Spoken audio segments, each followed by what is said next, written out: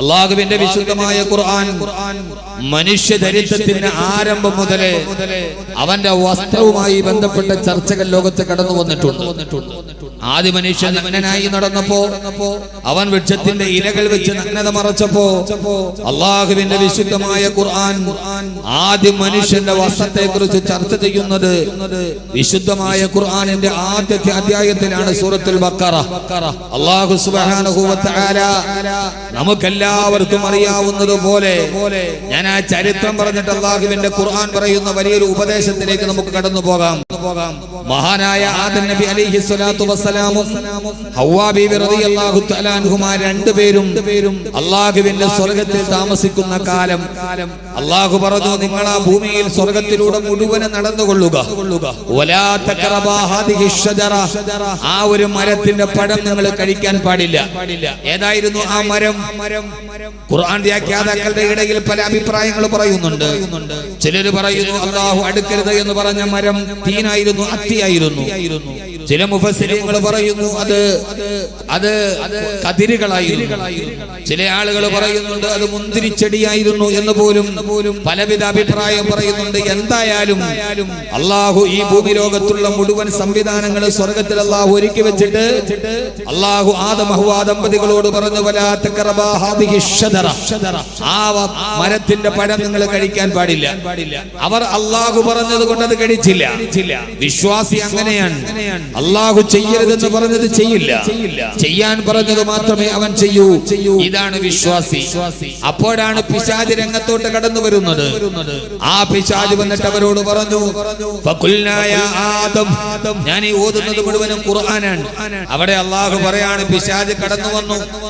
ആ കടന്നു വന്ന പിശാച് അള്ളാഹു പറഞ്ഞ പഴം കഴിക്കാതിരുന്ന ആദം ഹവ്വാ ദമ്പതികളോട് ആ പിശാച് വന്നിട്ട് പറഞ്ഞു, ഓ ആദമേ, ഫഖുൽനാ യാ ആദം ഹൽ അദുല്ലുക അലാ ഷജറത്തിൽ ഖുൽദി വമുൽകിൻ ലാ യബ്ലാ, നിങ്ങൾക്കൊരിക്കലും ഐശ്വര്യം മാറിപ്പോകാത്ത എല്ലാ സൗഭാഗ്യങ്ങളും നിങ്ങൾക്ക് കിട്ടുന്ന ഒരു മാന്ത്രിക മരത്തിന്റെ പഴം നിങ്ങളോട് ഞാൻ പറഞ്ഞു തരട്ടെയോ? പിശാച് അങ്ങനെയാണ് പറഞ്ഞത്. ആ മരം അല്ലാഹു പഴം കഴിക്കരുതെന്ന് പറഞ്ഞ മരം മാന്ത്രിക മരമാണ്. ഷജറത്തുൽ ഖുൽദ് മാന്ത്രിക മരമാണ്. അതിൽ നിന്ന് നിങ്ങൾക്ക് ഞാൻ അത് കഴിച്ചാൽ പിന്നെ നിങ്ങൾ മലക്കായി പോവും. അല്ലാഹുവിനെ നിങ്ങളെ സ്വർഗ്ഗത്തിൽ നിന്ന് പുറത്താക്കാൻ കഴിയില്ല. അതുകൊണ്ടാണ് അല്ലാഹു ഇത് കഴിക്കരുതെന്ന് പറഞ്ഞത്. ആ പിശാച് ദുർബോധനം നൽകി. ഞാൻ പറഞ്ഞ കേൾക്കുന്നുണ്ടോ? മര്യാദക്ക് ജീവിച്ചിരുന്ന ആദം ഹവ്വാ ദമ്പതികളുടെ ഇടയിലോട്ട് കടന്നു വന്ന പിശാച് അവരോട് പറഞ്ഞു, ആദമേ, ആ മരത്തിൽ നിന്ന് പഴം കഴിക്കരുതെന്ന് അല്ലാഹു പറഞ്ഞത് എന്തെന്നറിയോ? നിങ്ങളുടെ സൗഭാഗ്യം നഷ്ടപ്പെട്ടത് പോകും എന്നതുകൊണ്ടാണ്. ഇന്നും പിശാചിന്റെ ആധുനിക രൂപങ്ങൾ പറയുന്നത് അതാണ്. മുസ്ലിം പെണ്ണെ, മാറിടം തുറക്ക്, തലമറക്കാതിരിക്ക്, ലെഗിൻസ് ധരിക്ക്, നിനക്ക് കിട്ടാൻ പോകുന്ന വലിയ സ്വാതന്ത്ര്യത്തിന്റെ കൂച്ചുവലങ്ങൾ ഈ മതപുരോഹിതന്മാരുടെ മതവൃത്താന്തങ്ങളുടെ ചങ്ങലക്കെട്ടുകൾ പൊട്ടിച്ചിട്ട് വെളിയിലേക്ക് വാ എന്ന് പിശാചുക്കൾ ഒരിക്കൽ കൂടി വിളിച്ചു പറയുമ്പോ ആദ്യമായി വിവാദമുണ്ടാക്കിയത് പിശാചാണ്. മര്യാദക്ക് ജീവിച്ചിരുന്ന, സ്വാതന്ത്ര്യത്തോടെ ജീവിച്ചിരുന്ന, സന്തോഷത്തോടെ ജീവിച്ചിരുന്ന, അനുഗ്രഹത്തോടെ ജീവിച്ചിരുന്ന ഒരു ആണിന്റെയും പെണ്ണിന്റെയും ഇടയിൽ പിശാച് കടന്നു വന്നിട്ട് പറഞ്ഞു, അല്ലാഹു ഈ പഴം കഴിക്കരുതെന്ന് പറഞ്ഞത് ഇല്ല അൻ തകൂനാ മലക്കൈനി ഔ തകൂനാ മിനൽ ഖാലിദീൻ, സൂറത്തുൽ അഅറാഫ്. ഈ പഴം കഴിച്ചാൽ പിന്നെ നിങ്ങൾ സ്വർഗ്ഗത്തിൽ നിന്ന് പുറത്താക്കാൻ അല്ലാഹുക്ക് പോലും പറ്റൂല, അല്ലെങ്കിൽ നിങ്ങൾ മലക്കുകളായി പോകും. എന്റെ സഹോദരിമാരെ നന്നായിട്ട് കേൾക്കണം. അതുകൊണ്ടാണ് കഴിക്കരുതെന്ന് പറഞ്ഞപ്പോ പിശാച് അവരോട് പറഞ്ഞു, ആദമേ, ആ പഴം കഴിക്ക്, ഹവ്വാ ആ പഴം കഴിക്ക്. പിശാച് പ്രേരണ ചെലുത്തി, കൊടുക്ക് കേസ്, കൊടുക്ക് മയറ് എന്ന് പറഞ്ഞ് പ്രേരണ ചെലുത്തുന്നത് പോലെ പിശാച് പ്രേരണ ചെലുത്താൻ തുടങ്ങി. മുസ്ലിം പെണ്ണിനെ തുള്ളിക്കാനുള്ള പിശാചിന്റെ ഏറ്റവും വലിയ തന്ത്രം അതാദ്യം വന്നത് ഭൂമിയിലായിരുന്നില്ല, സ്വർഗ്ഗത്തിലായിരുന്നു. ആദം നബി അലൈഹി സ്വലാത്തു വസ്സലാമും ഹവ്വാ ബീവി റളിയല്ലാഹു തആല അൻഹയും പിശാചിന്റെ ഈ വലിയ വാഗ്ദാനം കേട്ട്, പൊടിപ്പും തൊങ്ങലുമുള്ള വർത്താനം കേട്ട് അവര് രണ്ടുപേരും വിലക്ക പഴം കഴിച്ചു. നന്നായിട്ട് മനസ്സിലാക്കിക്കൊള്ളുക. അല്ലാഹുവിന്റെ ഖുർആൻ പറയാൻ, ഫഅകലാ മിൻഹാ, ആദം നബിയും ഹവ്വാ ബീവി റളിയല്ലാഹു തആല അൻഹുമാ അവർ രണ്ടുപേരും വിലക്കപ്പെട്ട കനി ഭക്ഷിച്ചപ്പോ ബദത് ലഹുമാ സൗആതുഹുമാ, അവര് രണ്ടുപേരുടെയും ശരീരത്തിൽ ധരിച്ചിരിക്കുന്ന വസ്ത്രം ഊരിമാറിയിട്ട് അവര് രണ്ടുപേരും പരിപൂർണ നഗ്നരായി മാറി. ഇത് അഹമ്മദ് കബീർ വെറുതെ പറയുന്ന കഥയല്ല, ഇത് ആധികാരികതയില്ലാത്ത ചരിത്രമല്ല. അല്ലാഹുവിന്റെ ഖുർആൻ പറയുകയാണ്, അവര് രണ്ടുപേരും ആ പഴം കഴിച്ചപ്പോ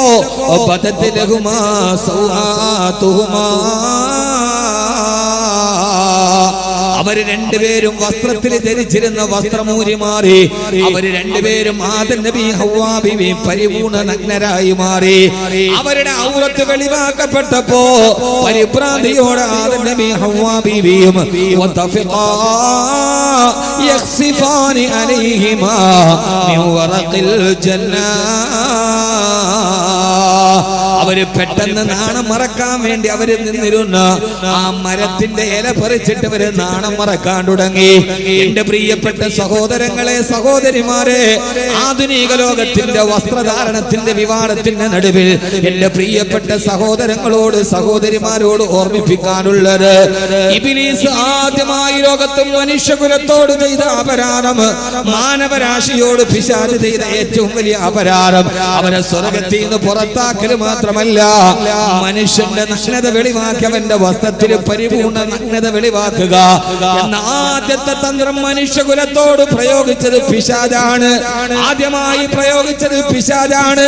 ഇബ്ലീസിന്റെ തന്ത്രമായിരുന്നു മാന്യമായി നാണം മറച്ച്, മാന്യമായി ഔറത്ത് മറച്ച്, മാന്യമായ വേഷവിധാനം നടത്തി സ്വർഗ്ഗത്തിൽ സമാധാനത്തോടെ ജീവിച്ചിരുന്ന മനുഷ്യകുലത്തെ ആദ്യമായി വിവസ്ത്രരാക്കി അവരുടെ ഔറത്തിനെ വെളിവാക്കി അവരുടെ മാറു തുറന്നു കാണിച്ച് മാറു തുറക്കലെ സമരം ഉണ്ടാക്കിയത് ആദ്യമായി ലോകത്ത് നടത്തിയത് പിശാചായിരുന്നുവല്ലോ. ഇത് അല്ലാഹുവിന്റെ ഖുർആനാണ്. ചിലപ്പോൾ കബീർ ബാക്കവിയുടെ ഈ പ്രസംഗം നാളെ യൂട്യൂബിൽ വന്നാൽ പുരോഗമനവാദികൾ പറഞ്ഞേക്കാം, ആദ്യമായി പിശാചാണോ ഇത് ചെയ്തത്, ഈ മുലിയാർക്ക് അലമുറയിടാതിരുന്നുകൂടെ? ഞാൻ ആദ്യം തന്നെ ലോകത്തോട് പറയുകയാണ്, ഈ പറയുന്നത് ആരോടെന്നറിയുമോ? അല്ലാഹുവിന്റെ ഖുർആൻ നിയമം പറഞ്ഞത് തല മറക്കണമെന്ന് പറഞ്ഞത്, ഔറത്ത് മറക്കണമെന്ന് പറഞ്ഞത്, അന്യ പുരുഷനോട് കൂട്ടാടരുതെന്ന് പറഞ്ഞത്, അന്യ ആണും പെണ്ണും തമ്മിൽ കൂടി കലരുതെന്ന് പറഞ്ഞത് ആരോടാണ് അല്ലാഹു പറഞ്ഞത്? ആരോടാണ് പ്രബോധകര് പറഞ്ഞത്? വകുല്ലിൽ മുഅ്മിനാതി യഗ്ളുൽന മിൻ അബ്സാരിഹിന്ന വയഹ്ഫളിന ഫുറൂജഹുന്ന. ഓ നബിയെ പറഞ്ഞു കൊടുക്കുക. ആരോടാണ് നബിയെ മതത്തിന്റെ നിയമങ്ങൾ പറയേണ്ടത്? കുല്ലിൽ മുഅ്മിനാതി, അല്ലാഹുവിൽ വിശ്വാസമുള്ള, ഖബറിൽ വിശ്വാസമുള്ള, പരലോകത്തിൽ വിശ്വാസമുള്ള വിശ്വാസികളായ സ്ത്രീകളോട് പറയും നബിയെ, ഞങ്ങൾ പ്രബോധനം ചെയ്യുന്നത്, ഖുർആൻ പറയുന്നത്, മാറു മറക്കാൻ പറയുന്നത്, തല മറക്കാൻ പറയുന്നത് മുഅ്മിനാതി, മുഅ്മിനത്തുകളായ പെണ്ണുങ്ങളോടാണ്. മുസ്ലിമായി ജനിച്ച് മുസ്ലിമായി മരിക്കണമെന്ന് ആഗ്രഹമുള്ളവരോടാണ്. മുസ്ലിമായി ജനിച്ചവളോട് മാത്രമല്ല, മുസ്ലിമിന്റെ പേരുള്ളവളോട് മാത്രമല്ല, മുസ്ലിം നാമം പേറിയവളോടല്ല. നിനക്ക് ആടാം, നിനക്ക് പാടാം, നിനക്ക് മാറു തുറക്കാം, നിനക്ക് മാറ് അടക്കാം, നിനക്ക് മുഖം മറക്കാം, മറക്കാതിരിക്കാം, ലെഗിൻസ് ധരിക്കാം, ട്രൗസർ ധരിക്കാം, ഒന്നുമില്ലാതെ നടക്കാം. പൂജാപേരി പണ്ട് ഒന്നുമില്ലാതെ നഗരത്തിലൂടെ പ്രയാണം ചെയ്തിട്ടില്ലേ? ആരാണ് കല്ലെറിഞ്ഞത്? അന്ന് നഗരത്തിലെ പണ്ഡിതന്മാര് കല്ലെറിഞ്ഞുവോ? അന്ന് പ്രബോധകര് തടസ്സം നിന്നുവോ? തുണിയില്ലാതെ നടന്നിട്ടുണ്ട് പെണ്ണ്, തുണിയില്ലാതെ ഓടിയിട്ടുണ്ട് പെണ്ണ്, മാറി തുറന്നിട്ടുണ്ട് പെണ്ണ്. അവരെ ഒന്നും കല്ലെറിയാൻ പ്രബോധകര് വന്നിട്ടില്ല. ആരോടാണ് മതത്തിന്റെ നിയമം പറയുന്നത്? ആ പറയുന്നതിൽ മുഅ്മിനാതി, അല്ലാഹുവിൽ വിശ്വാസമുള്ള പെൺകുട്ടികളോട് പറയും നബിയെ, പിന്നെന്തിനാണ് നിങ്ങൾ കുതിച്ചു ചാടുന്നത്? പിന്നെന്തിനാണ് നിങ്ങൾ ആക്രമിക്കാൻ വരുന്നത്? മതനിയമങ്ങൾ മതവിശ്വാസികൾക്ക് മാത്രം ബാധകമാണ്. ഒരിട്ടപ്പെട്ട മതമനുസരിച്ച് ജീവിക്കുവാനും അതിനെ പ്രബോധനം ചെയ്യാനും ഇന്ത്യയുടെ ഭരണഘടന അനുവാദം തന്നിട്ടുണ്ട്. ആ അനുവാദത്തിന്റെ ഉള്ളിൽ നിന്ന് അവരോടാണ് പറയുന്നത്, അല്ലാത്തവർക്ക് ബാധകമല്ല. ഞങ്ങൾ ലെഗിൻസ് അല്ല, ട്രൗസർ വേണമെങ്കിലും ധരിക്കുമെന്ന് പറഞ്ഞവർക്ക് ബാധകമില്ല, മാറ് തുറന്ന് കാണിച്ചവർക്ക് ബാധകമല്ല. ഇത് പറയുന്നത് അല്ലാഹുവിൽ വിശ്വസിക്കുന്നവരോടാണ്, ഇത് മതവിശ്വാസികളോട് പിശാചുകളോടാണ്. അതുകൊണ്ട് ഖുർആൻ തന്നെ പറയുകയാ, ആദ്യമായി പിശാച് മനുഷ്യനോട് ചെയ്ത അപരാധം അവന്റെ നഗ്നത വെളിവാക്കലായിരുന്നു, അവന്റെ വസ്ത്രങ്ങളെ വലിച്ചെറിയലായിരുന്നു. അങ്ങനെയാണ് ആദം ഹവ്വ ദമ്പതികൾ സ്വർഗത്തിൽ നിന്ന് പുറത്താക്കപ്പെട്ടതെന്ന് അല്ലാഹുവിന്റെ വിശുദ്ധ ഖുർആൻ. അല്ലാഹു സുബ്ഹാനഹു വ തആല മനുഷ്യ പിശാചുക്കളെ തിരിച്ചറിയാൻ അല്ലാഹു തൗഫീഖ് നൽകുമാറാകട്ടെ. അല്ലാഹു തൗഫീഖ് നൽകട്ടെ. ഞാൻ ഇവിടെ പറയാൻ പോകുന്നത് ഏതെന്നറിയോ? അങ്ങനെ പിശാചിന്റെ കെണിയിൽപ്പെട്ട് ആദം നബി ഹവ്വാ ബീവി സ്വർഗ്ഗത്തിൽ നിന്ന് പുറത്താക്കപ്പെട്ടപ്പോ ആ ചരിത്രത്തിന്റെ പശ്ചാത്തലം വെച്ച് അല്ലാഹു ലോകാവസാനം വരെ വരുന്ന ആണിനോടും പെണ്ണിനോടും പറയുകയാണ്. അല്ലാഹുവിന്റെ വിശുദ്ധമായ ഖുർആന്റെ ആയത്ത് തന്നെ ഞാൻ ഓതിത്തരട്ടെയോ?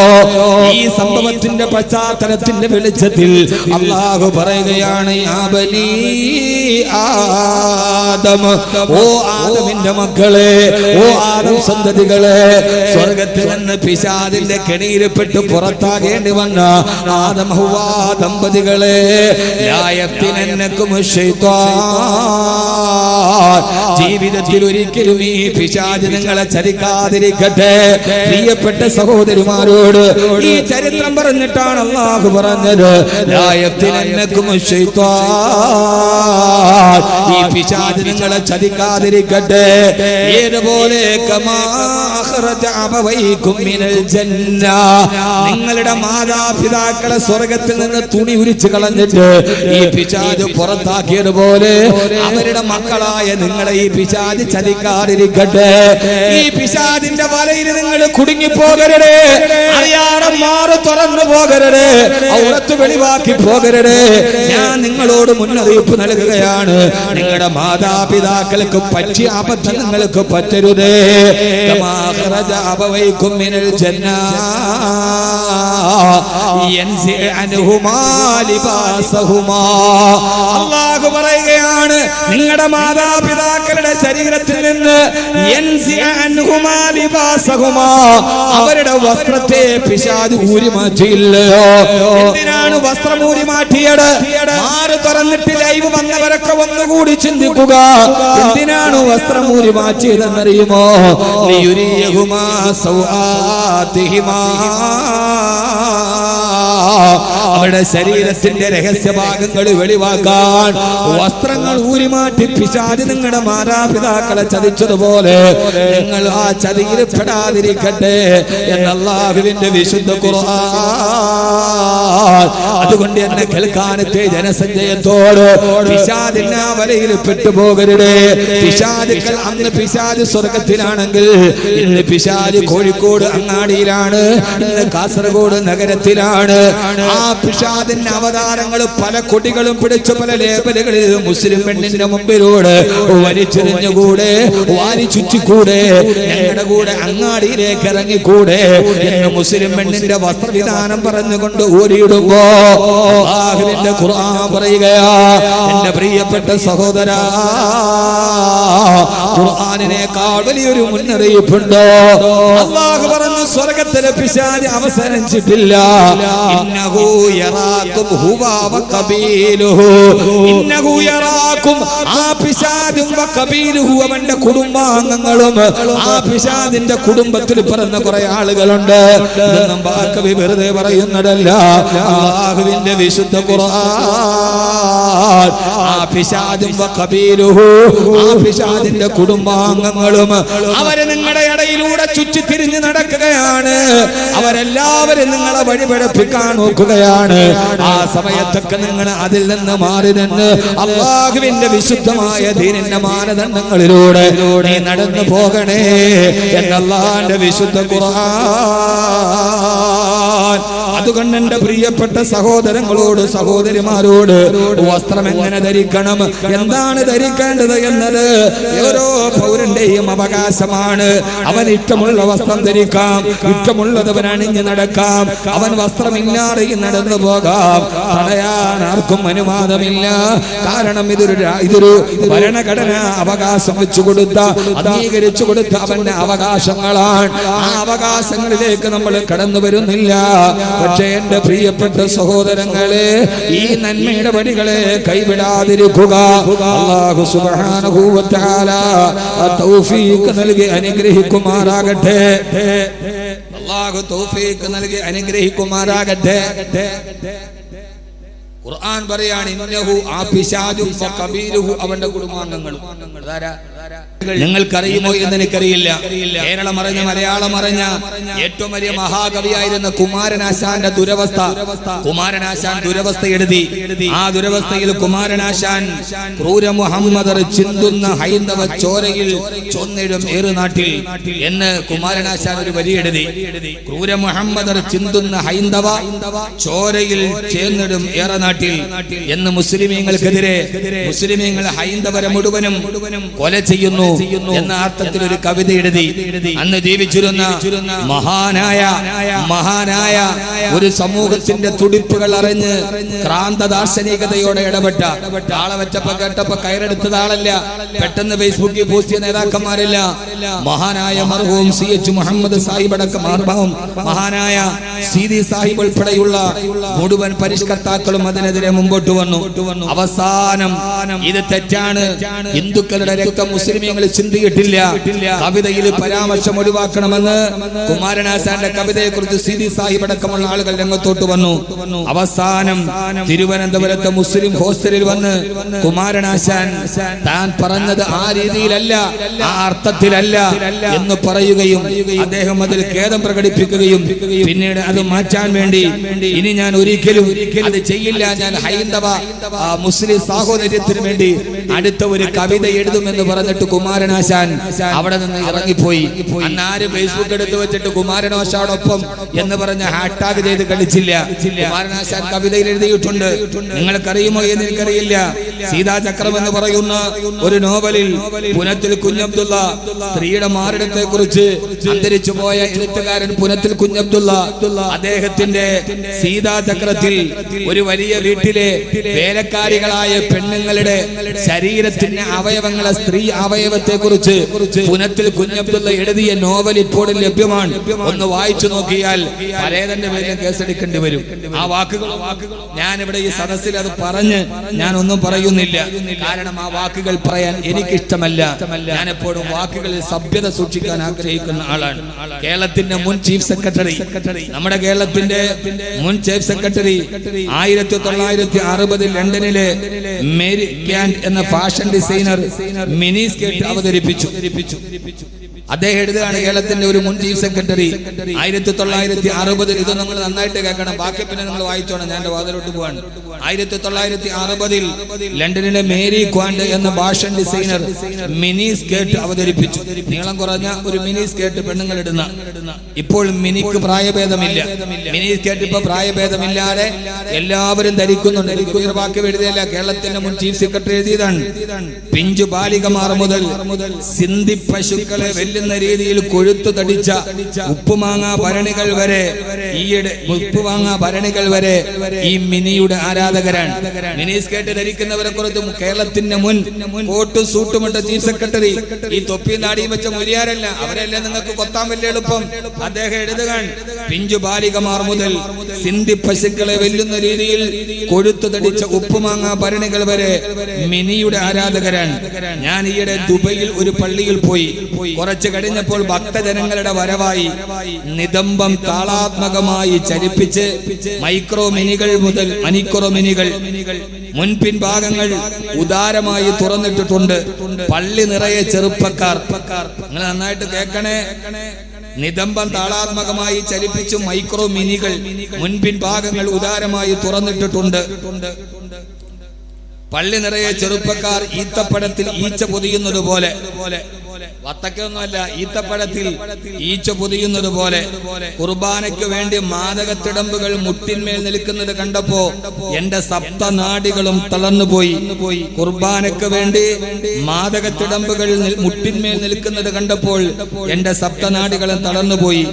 ബന്ധനത്തിൽ നിന്നും മോചനം നേടാൻ വെമ്പുന്ന കുജകുംഭങ്ങളിലോ കുർബാനയപ്പം വിതരണം ചെയ്യുന്ന അച്ഛന്റെ കരങ്ങളിലോ എവിടെയാണ് ശ്രദ്ധിക്കേണ്ടത് എന്ന് എനിക്ക് കഴിഞ്ഞില്ല.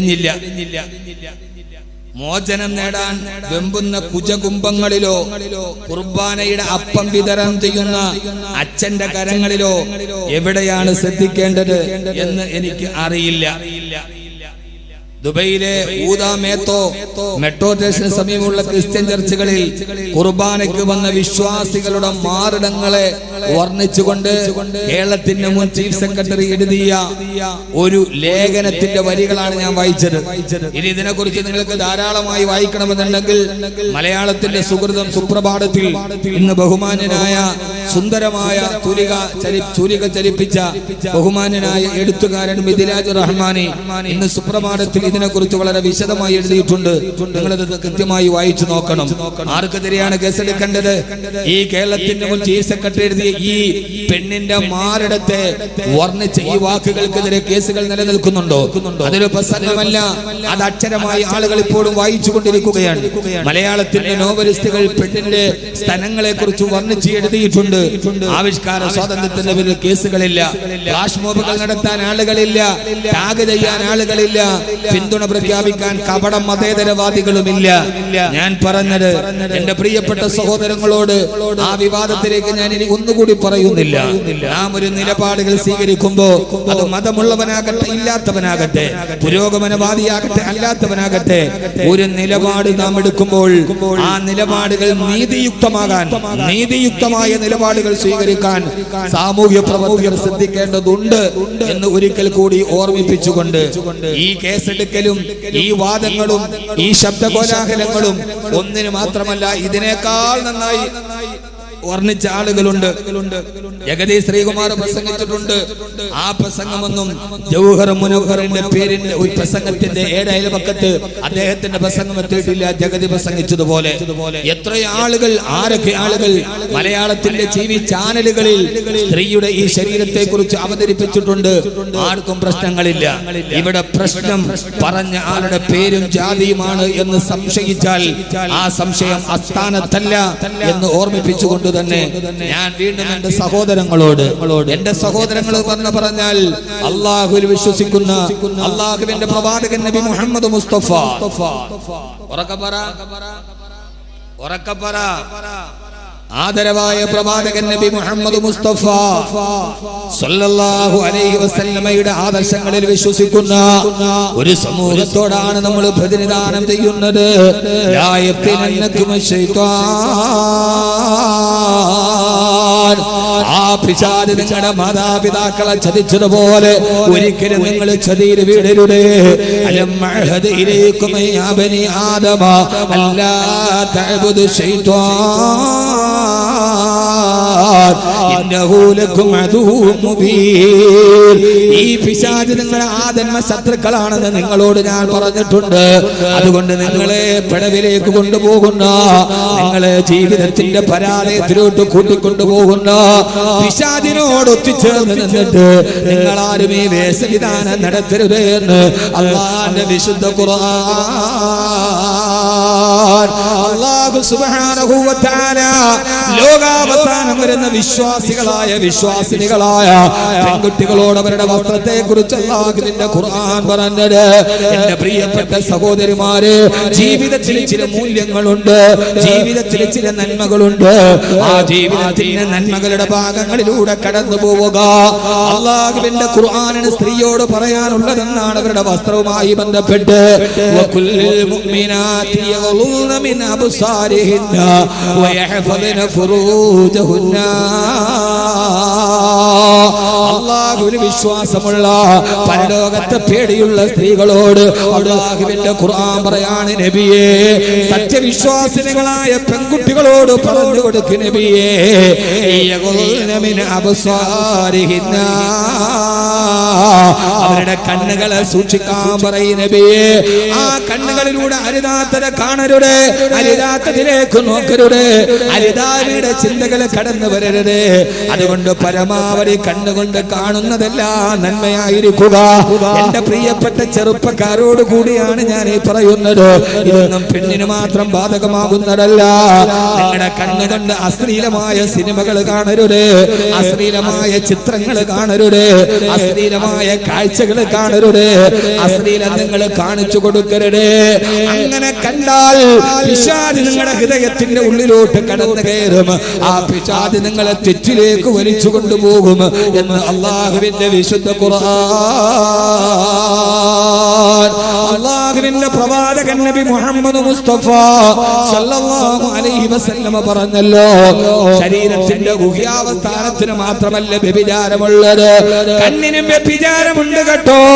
ഏതാണ് നബിയെ കണ്ണിന്റെ വ്യഭിചാരമെന്ന് ചോദിച്ചപ്പോ അശ്ലീലമായ കാര്യങ്ങളിലേക്ക് നിങ്ങളുടെ കണ്ണുകൊണ്ട് നോക്കലാണ്. ഏത് അശ്ലീലതയാണോ കണ്ണ് കാണുന്നത്, ആ കണ്ണ് കാണുന്ന കാഴ്ച കണ്ണ് ഹൃദയത്തിന് കൈമാറി കൊടുക്കും. ആ ഹൃദയം നിങ്ങളെ തെറ്റിലേക്ക് പ്രേരിപ്പിക്കുമെന്ന് ലോകൈക ഗുരു നബി മുഹമ്മദ് മുസ്തഫ സല്ലല്ലാഹു അലൈഹി വസല്ലമ. അതുകൊണ്ട് ആദ്യമായി ചെയ്യേണ്ടത് നിങ്ങളുടെ കണ്ണുകളെ നിങ്ങൾ സൂക്ഷിക്കണേ. രണ്ടാമത്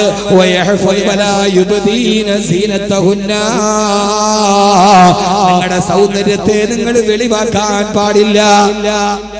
ഇവിടെ ഇവിടെ എന്നെ നോക്ക്. അല്ലാഹുവിന്റെ ഖുർആൻ പറയാൻ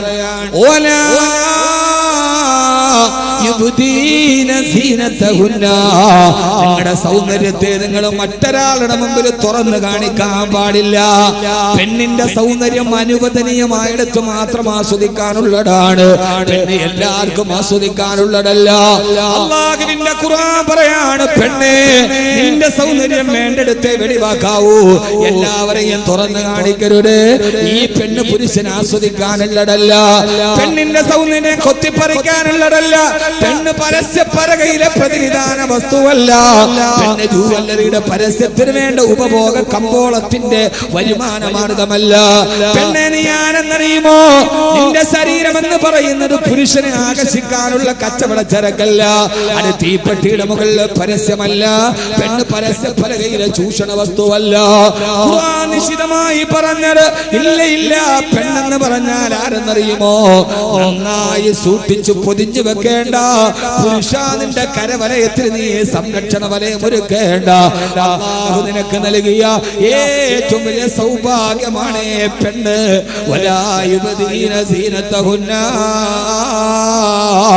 നിന്റെ സൗന്ദര്യത്തെ വെളിവാക്കി കാണിക്കരുത്. ഏതെങ്കിലും ഒരു വിഷയം ഉണ്ടാകുമ്പോ ലൈവ് ചെയ്തിട്ട് തുറക്കാനുള്ളതല്ല നിന്നെ മാറിടം, തുറക്കാനുള്ളതല്ല നിന്റെ സൗന്ദര്യം. നിന്റെ സൗന്ദര്യം ദൈവം നിനക്ക് തന്ന അനുഗ്രഹമാണ്. അത് അനുഗ്രഹമായി കണ്ട് വലിയ ഗൗരവത്തോടെ സൂക്ഷിക്കേണ്ടതാണ് എന്ന് അല്ലാഹുവിന്റെ വിശുദ്ധ ഖുർആൻ. ഞാൻ പറഞ്ഞത് മനസ്സിലാവണില്ലേ? സമയമില്ലാത്തതുകൊണ്ടാണ് ഞാൻ പെട്ടെന്ന് പറഞ്ഞു പോണത്. വലാ യുബ്ദീന സീനത്തഹുന്ന, നിന്റെ സൗന്ദര്യം എന്തെങ്കിലും ഒരു വിഷയമുണ്ടായ ഉടനെ ഓൺ ചെയ്തിട്ട് തുറന്ന് പത്തക്ക വെച്ച് മറച്ച് അതിനുള്ളതല്ല. പെണ്ണെ നിന്റെ സൗന്ദര്യം അത് ലോകത്തിന്റെ താളമാണ്, അത് പ്രപഞ്ചത്തിന്റെ രാഗമാണ്. അല്ലാഹു നിനക്ക് തന്ന ഏറ്റവും വലിയ അനുഗ്രഹമാണ് പെണ്ണിന്റെ സൗന്ദര്യം. ആണിന്റെ സൗന്ദര്യമല്ല, ആണിന് അത്ര വലിയ സൗന്ദര്യമൊന്നുമില്ല. പെണ്ണിന്റെ സൗന്ദര്യം ഈ പ്രപഞ്ചത്തിന്റെ നിലനിൽപ്പാണ്. അതുകൊണ്ട് പെണ്ണെ നീ ലോകത്തിന്റെ ആധാരശിലയാണ്. മൂടി വെച്ചിട്ട് ഭർത്താവിന് മാത്രം കൊടുക്കണമെന്നല്ല പറഞ്ഞത്, ആ മൂടി വെക്കേണ്ടത് ഈ പ്രപഞ്ചത്തിന്റെ നിലനിൽപ്പിന്റെ ആഗ്രഹമാണ്. അല്ലാഹു തൗഫീഖ് നൽകട്ടെ. ആമീൻ പറയും മനുഷ്യന്മാരെ. അല്ലാഹു തൗഫീഖ് നൽകട്ടെ. എന്തുകൊണ്ടാണ് പെണ്ണിനോട് ഇസ്ലാം ഇതെല്ലാം മൂടി വെക്കാൻ പറഞ്ഞത്? എന്താണെന്ന് അറിയോ? എന്താ പറഞ്ഞ? എന്നും പറഞ്ഞ എന്നെ പറഞ്ഞാൽ പോരല്ലോ. ഈ പെണ്ണിനോട് ഇതെല്ലാം മറച്ചു വെക്കാൻ പറയാൻ കാരണം എന്താ അറിയില്ല? ഇതാണ് ഇഫ്ളോളയൊക്കെ തുടങ്ങുന്നത്. ഇതൊക്കെ ഖുർആൻ വ്യക്തമായി പറഞ്ഞിട്ട് ഞാൻ പറഞ്ഞുതരട്ടെ? പറഞ്ഞുതരണോ? വേണ്ടേ? വേണോ? വേണ്ടോ? നിങ്ങൾ ഇങ്ങനെ കാണിച്ച ഉറക്കം വന്ന് തൂങ്ങിയിട്ട് ആടുന്നതാണോ നേരെ പറഞ്ഞാൽ ഞാൻ എങ്ങനെ അറിയാം? വേണോ? വേണോന്നുള്ളവരൊക്കെ ഒന്ന് കൈ പൊക്കിക്കാൻ നോക്കട്ടെ. രണ്ട് കൈ പൊക്ക് മനുഷ്യന്മാരെ, ഉള്ള കൈയൊക്കെ പൊക്ക്. താത്തേടി ഉറക്കമൊക്കെ ഒന്ന് പോട്ട്, ഒന്നൊന്ന് ഉഷാറാവട്ടെ. അള്ളാഹു സ്വീകരിക്കും.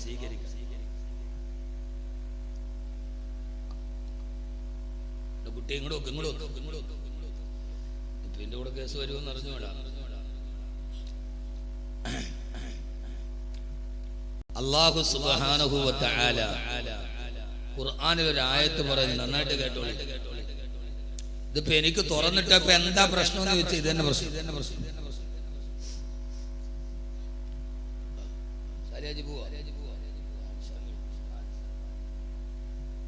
അല്ലാഹു നല്ല ദീർഘായുസ്സ് കൊടുക്കട്ടെ.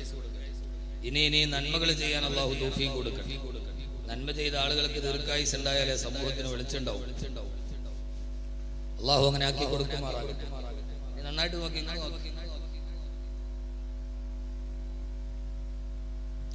അല്ലാഹു സുബ്ഹാനഹു വ തആല വിവാഹത്തെ കുറിച്ച് പറഞ്ഞപ്പോൾ ആ സമയത്ത് അല്ലാഹു പറഞ്ഞത് വമിൻ ആയാതിഹി അൻ ഖലഖ ലക്കും മിൻ അൻഫുസികും അസ്വാജ.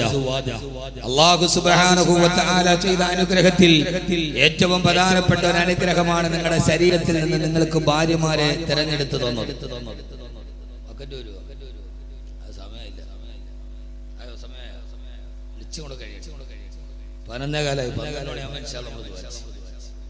എന്റെ ഇടയിൽ പറയണ്ട വളരെ പ്രധാനപ്പെട്ട ഒന്ന് രണ്ട് വിഷയങ്ങൾ.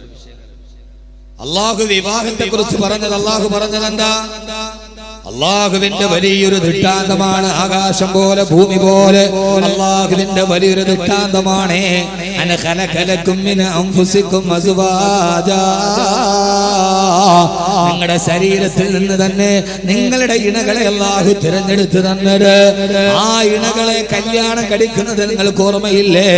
എവിടെയോ കിടന്നൊരു പെണ്ണിനെ ഒരു നിക്കാഹിന്റെ പദം പറഞ്ഞ് വീട്ടിലേക്ക് കൂട്ടിക്കൊണ്ടുവന്ന് അതേവരെ അന്യരായി കിടന്ന ആണും പെണ്ണും കിടപ്പറയിലോട്ട് കയറുകയാണ്. അള്ളാഹു പറയുകയാണ്, നിങ്ങൾക്കൊരു ഭാര്യയെ തിരഞ്ഞെടുത്ത് തന്നെന്ന് മാത്രമല്ല, ആണിന്റെയും പെണ്ണിന്റെയും ഇടയിൽ വജഅല ബൈനകും മവദ്ദതൻ വറഹ്മ, അവരുടെ ഇടയിൽ ആരും അറിയാത്തൊരു ബന്ധത്തെ ഞാൻ നൽകിയിട്ടുണ്ട്. ആണിന്റെയും പെണ്ണിന്റെയും ഇടയിൽ ഞാനൊരു കാന്തിക ബന്ധം പോലൊരു കാന്തം പിടിച്ചു വലിക്കുന്നത് പോലെ ആണും പെണ്ണും തമ്മിലൊരു ബന്ധമുണ്ട്. ആ ബന്ധമുള്ളത് കൊണ്ടാണ് അപരിചിതയായ പെണ്ണ് നിന്റെ കിടപ്പറയിൽ വന്നത്, നിന്റെ ശരീരത്തോട് കെട്ടിപ്പിടിച്ച് കിടന്നത്, അവളിലൂടെ നിനക്ക് മക്കളുണ്ടായത്, മനുഷ്യന്റെ തലമുറ ലോകാവസാനം വരെ കടന്നുപോയത്.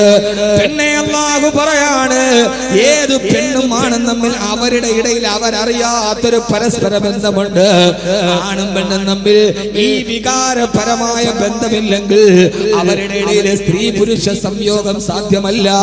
അതിലൂടെ മനുഷ്യന്റെ തലമുറ ലോകത്ത് നിലനിൽക്കുകയില്ല.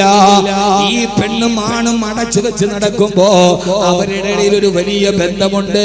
ആ ബന്ധത്തിന്റെ ചരടിനെ നിങ്ങൾ മുറിച്ചു കളയരുത്. ആണിനും പെണ്ണും തമ്മിൽ എപ്പോഴും ഒരു എന്തായാലും പറയാ ഒരു വല്ലാത്തൊരു വികാര ബന്ധമുണ്ട്. അതുകൊണ്ടാണ് പെണ്ണിനെ കണ്ട് അറിയാതെ നോക്കി പോണത്. പെണ്ണിനെ നോക്കല് ഹറാമല്ല. ആണോ? അന്യ പെണ്ണിനെ നോക്കല് ഹറാമാണോ?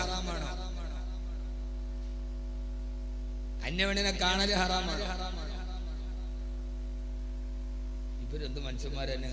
അന്യ പെണ്ണിനെ കാണല് ഹറാമില്ല. പിള്ളേർക്ക് സന്തോഷമായി. ഈ മൊയ്ലിയാരാണ് ഇതൊക്കെ ഈ ഷാഫി വാക്കുകൾ പറയാത്ത കുട്ടിയെ. അന്യ പെണ്ണിനെ കാണല് ഹറാമില്ല, നോക്കലാണ് ഹറാം. കാണല് ഹറാമായ പിന്നെ നമ്മളൊക്കെ നരകത്തിലല്ല. കാണുന്നത് നോക്കുന്നത് തമ്മിൽ വ്യത്യാസമുണ്ട്. കാണുക എന്ന് പറഞ്ഞാൽ ഞാനിപ്പോ ഇവിടെ നിൽക്കുക, അതിലൂടെ ഒരു പെണ്ണ് പോയി, ഞാൻ അപ്പുറത്തോട് കൂടെ വരിക, വരുന്ന വഴിയിൽ ഏതായാലും ഈ പെണ്ണിനെ ഞാൻ കാണൂലേ? ഇല്ലേ? കാണും. അപ്പൊ പിന്നെ അത് ഹറാമായ പിന്നെ നമ്മളെല്ലാം നരകത്തിലല്ലേ? അവിചാരിതമായി നമ്മളൊരാണും പെണ്ണും നടന്നു പോകുമ്പോ ആണും പെണ്ണും തമ്മിൽ കാണും. കാണല് ഹറാമല്ല. അതിങ്ങനെ നടന്നു പോണ വഴിക്ക് അവിചാരിതമായിട്ടൊന്ന് കണ്ടിട്ട് പോയി, പിന്നെ രണ്ടാമത് നോക്കലാണ് ഹറാം. രണ്ടാമതൊന്നുകൂടി അവളുടെ ശരീരത്തിനോട് വികാരത്തോടെ കാമത്തോടെ അവളിലേക്ക് രണ്ടാമത് നോക്കലാണ് ഹറാം. നിങ്ങൾ ഇസ്ലാമിനെ പരിചയപ്പെട്ടു, നോക്കലല്ല, കാണൽ ഹറാമല്ല. അറിയാതെ കണ്ടുപോകും മനുഷ്യനാണ്. അവന്റെ കണ്ണിലൂടെ ഒരു മിന്നായം പോലെ നടന്നു പോകുന്നതല്ല.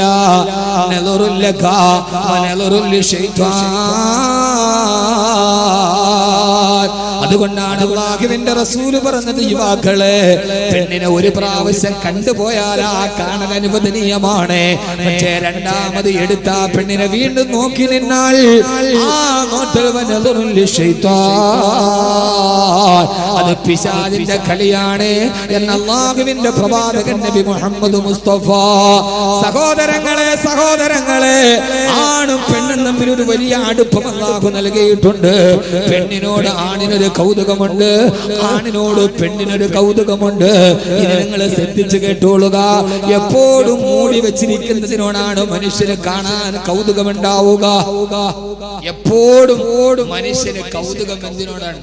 മൂടി വെച്ചതിനോടാണ്. തുറന്നു വെച്ചതിനോടുണ്ടോ? തുറന്നു വെച്ചതിനോടുണ്ടോ? ഇല്ല.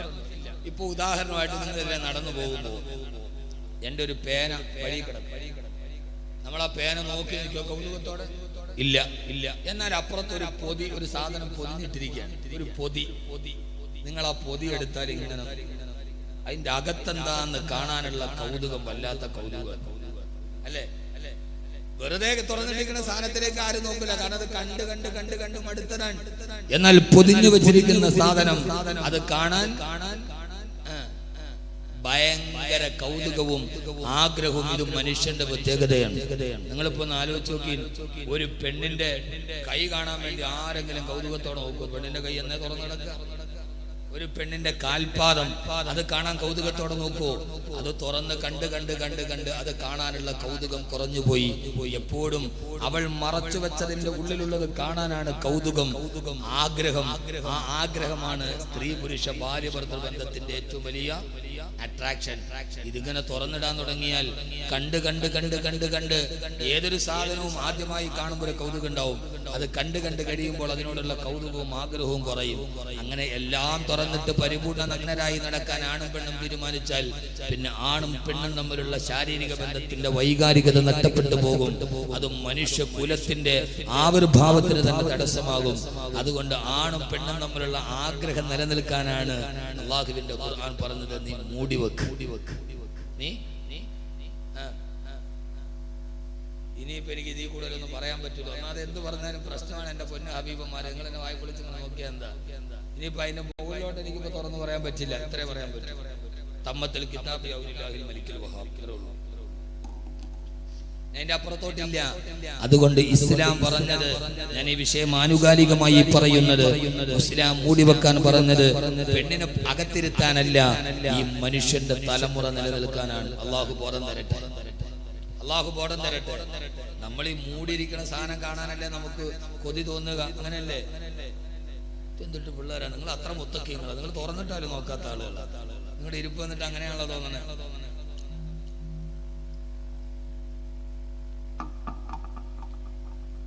ആഗ്രഹമുണ്ടാവുകയില്ല ആണും പെണ്ണും തമ്മിൽ.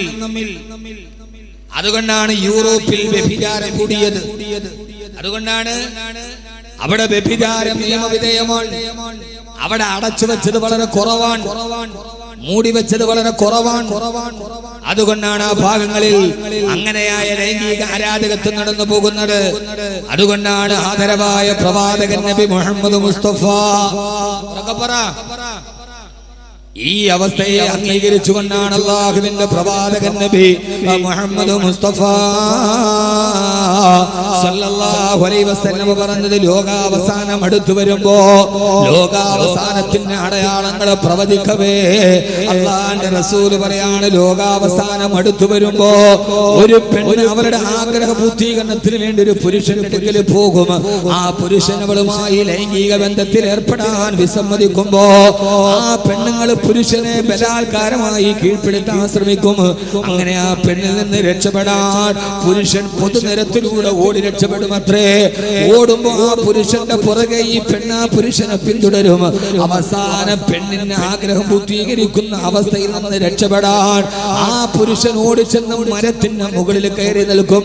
ഹബീബായ നബി സല്ലല്ലാഹു അലൈഹി വസല്ലം പറയുകയാണ്, ആ മരത്തിന്റെ മുകളിൽ ഇരിക്കുന്ന പുരുഷന് ഒരു വർഷം കഴിഞ്ഞാണ് താഴോട്ട് ഇറങ്ങി വരുന്നതെങ്കിലും ആ പുരുഷനുമായി ലൈംഗിക ബന്ധത്തിൽ ഏർപ്പെടാൻ ആ പെണ്ണ് 1 വർഷം വരെ മരത്തിന്റെ ചുവട്ടിൽ കാത്തു നിൽക്കുന്ന ലൈംഗിക ആരാധകത്വത്തിന്റെ ഒരു കാലം വരുമെന്ന് ലോകത്തിന്റെ മുത്തേ ആദർശത്തിന്റെ സത്തേ ആമിനയുടെ പൂനിലാവേ നബി മുഹമ്മദ് മുസ്തഫ സല്ലല്ലാഹു അലൈഹി വസല്ലമ അടച്ചു വെച്ചതെല്ലാം പെണ്ണെന്ന് പുറത്ത് കാണിക്കുകയും കണ്ട് പുരുഷന് പെണ്ണിനോടുള്ള ആസക്തി ഇല്ലാതാവുകയും എല്ലാം കണ്ട് മനസ്സ് മരവിച്ചു പോയ പുരുഷന് പെണ്ണിനോട് ശാരീരിക ബന്ധത്തിന് താല്പര്യമില്ലാത്തൊരു കാലം വരുമ്പോ പെണ്ണ് പുരുഷനെ ഓടിക്കുമെന്ന് നബി മുഹമ്മദ് മുസ്തഫ സല്ലല്ലാഹു അലൈഹി വസല്ലമ. അതാണ് ലോകാവസാനത്തിന്റെ അവസ്ഥ. ഇങ്ങനെയാണ് പോകുന്നതെങ്കിൽ എല്ലാം തുറന്നു കാണിക്കാനുള്ള സമരമാണ് നടക്കുന്നുണ്ടെങ്കിൽ മാറും മറക്കാൻ വേണ്ടി സമരം നടത്ത കേരളത്തിന്റെ പാരമ്പര്യത്തിൽ നിന്ന് മാറു തുറന്നു കാണിക്കാനുള്ള സമരമുഖത്തിലേക്ക് കടന്നു വരുമ്പോ എന്റെ പ്രിയപ്പെട്ട സഹോദരങ്ങളെ സഹോദരിമാരെ അല്ലാഹുവിന്റെ ഖുർആൻ പറയുകയാ ലോകാവസാനം വരെ ആൺ പെൺ ബന്ധം സുദൃഢമായി നിലനിൽക്കാൻ പുരുഷന് പെണ്ണിനോട് താല്പര്യം തോന്നാൻ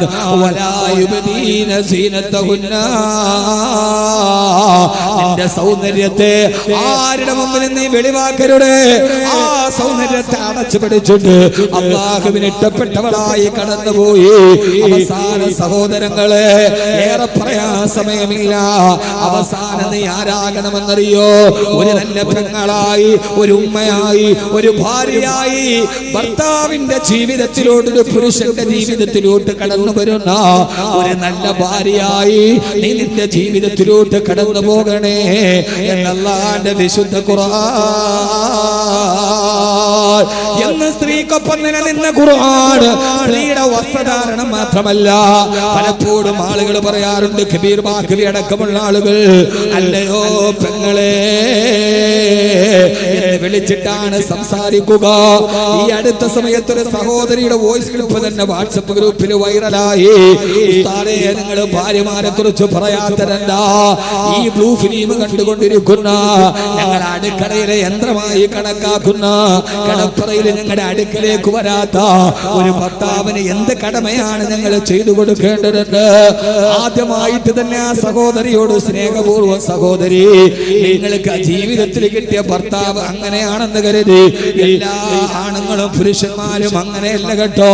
100% ഭാര്യമാരെ സ്നേഹിക്കുന്ന, ആദരിക്കുന്ന, ബഹുമാനിക്കുന്ന, ഭാര്യയുടെ അവകാശങ്ങളെ സംരക്ഷിക്കുന്ന 100 കണക്കിന് ആണുങ്ങളുണ്ട്. എല്ലാ ആണുങ്ങളും അങ്ങനെയാണെന്ന് കരുതരുത്.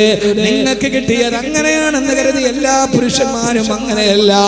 ഇനി നിങ്ങൾ നല്ലതായിട്ടും അങ്ങനെ ഒരു ഭർത്താവിനെയാണ് കിട്ടിയതെങ്കിൽ അത് നിങ്ങളുടെ ജീവിതത്തിന്റെ ഏറ്റവും വലിയ ക്ഷമയ്ക്ക് വേണ്ടി സ്വർഗത്തിന് കാരണമാക്കി മാറ്റുക. ആദരവായ പ്രവാചകൻ നബി മുഹമ്മദ് മുസ്തഫ സല്ലല്ലാഹു അലൈഹി വസല്ലമ പറഞ്ഞത്, ഈ വിനീതൻ ഏറ്റവും കൂടുതൽ സംസാരിച്ചത് നല്ല ഭർത്താക്കന്മാരെ കുറിച്ചാണ്, നല്ല ഭാര്യയെ കുറിച്ചല്ല. അല്ലാഹുവിന്റെ റസൂൽ പറഞ്ഞത് എന്തെന്നറിയോ? പുരുഷനോട് പറഞ്ഞതെന്നറിയോ? പുരുഷ, നിന്റെ കണ്ണിൽ പെണ്ണാരായിരിക്കണമെന്നറിയുമോ?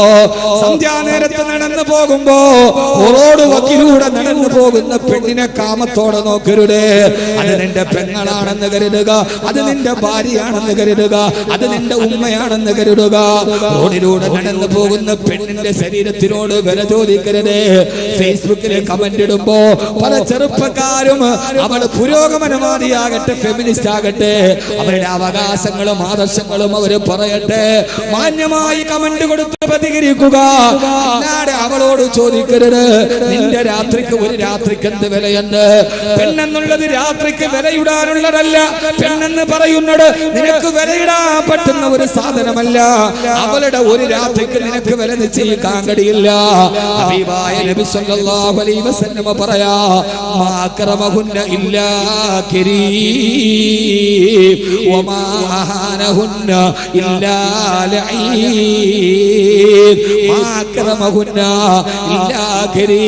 മാന്യന്മാരല്ലാതെ പെണ്ണിനെ ബഹുമാനിക്കില്ല. മാന്യന്മാർക്ക് പെണ്ണിനെ ബഹുമാനിക്കാൻ കഴിയൂ.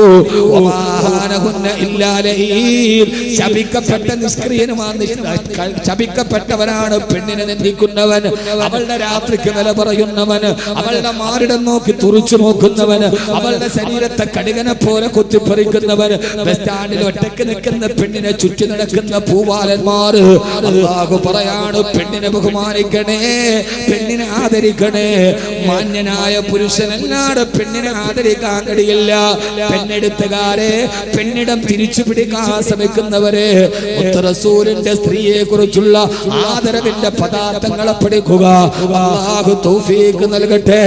നിന്റെ ഭാര്യയായി വരുന്ന പെണ്ണ്, ആ പെണ്ണിൽ നിന്ന് ഇഷ്ടമില്ലാത്തതൊന്നും സംഭവിച്ചാൽ പോലും അവളെ തലാഖ് ചൊല്ലി ഒറ്റയടിക്ക് ഒഴിവാക്കാൻ നിനക്കും അധികാരമില്ല. നീ അവള് ഭാര്യയായി, ഫെമിനിസ്റ്റുകൾ ചോദിക്കുന്നത്, ഒരു ഭാര്യയായി സ്വാതന്ത്ര്യമില്ലാതെ താഴെ കിടക്കാനാണോ? ഭാര്യയുമായിട്ടൊരു പ്രശ്നമുണ്ടായാൽ ഉടനെ തലാഖ് ചൊല്ലിയിട്ട് ഒഴിവാക്കാനും പാടില്ല. ഒഴിവാക്കാവോ? ഭാര്യ ഭർത്താവ് നമ്മളോട് വഴക്കുണ്ടായി, വീട്ടിൽ കൊണ്ടുവിടാണ് ചെയ്യേണ്ടത് ആണോ? മുത്തലാഖൊക്കെ വലിയ വിഷയമല്ലേ? സ്ത്രീയെ കുറിച്ച് അല്ലാഹു എങ്ങനെയാ പറഞ്ഞത്? ഖുർആനിലെ 2 ആയത്ത്. ഒരാണും പെണ്ണും തമ്മിൽ, ഭാര്യയും ഭർത്താവും തമ്മിൽ വഴക്കുണ്ടായി, എന്ത് ചെയ്യണം? അല്ലാഹു പറഞ്ഞു. ആരാ പറഞ്ഞത്? അല്ലാഹു പറയടാ, നിന്റെ ഭാര്യ നീ തമ്മിൽ വഴക്കുണ്ടായി, എന്ത് ചെയ്യണം? ഖുർആൻ സൂറത്തുൻ നിസാ. നിങ്ങൾ കേട്ടിട്ടുണ്ടോ? വഴക്കുണ്ടായി, അടിയായി, എന്നെ തലാക്ക്, നീ തലാക്ക് പോ. ഇല്ല, ആളുകൾ തെറ്റിദ്ധരിച്ചത് കൊണ്ടാണ് ഖുർആൻ പറഞ്ഞ 2 ആയത്ത്. അത് കഴിഞ്ഞിട്ട് ഏറ്റവും നല്ല വസ്ത്രം ഏതാന്ന് പറഞ്ഞിട്ട് ഇൻഷാ അല്ലാഹ് നമുക്ക് പിരിയാം. അല്ലാഹു തൗഫീഖ് നൽകട്ടെ. ആമീൻ പറയ്. അല്ലാഹു തൗഫീഖ് നൽകട്ടെ. നമ്മുടെ ഉറൂസ് കമ്മിറ്റി ഭാരവാഹികൾ, ഒരു ഭാര്യയും ഭർത്താവും തമ്മിൽ പിണക്കുണ്ടായാൽ എന്ത് ചെയ്യണം? സ്ത്രീയോട് എങ്ങനെ പെരുമാറണം? ഖുർആൻ പറഞ്ഞ ഒരു ഘട്ടം ഞാൻ പറഞ്ഞുതരാം. അള്ളാന്റെ ഖുർആൻ പറഞ്ഞ ഘട്ടം, അള്ളാഹ് പറഞ്ഞ ഘട്ടം. അല്ലാഹു സ്വീകരിക്കട്ടെ. നമ്മുടെ ഉറൂസ് കമ്മിറ്റി ഭാരവാഹികൾ ഒരു ബക്കറ്റുമായി നിങ്ങളുടെ മുമ്പിലേക്ക് വരും. എല്ലാവരും കാര്യമായ രീതിയിൽ സഹായിക്കുക, സഹകരിക്കുക. ഉറക്ക ഒരു 3 സ്വലാത്തിൽ സല്ലല്ലാഹു അലാ മുഹമ്മദ്,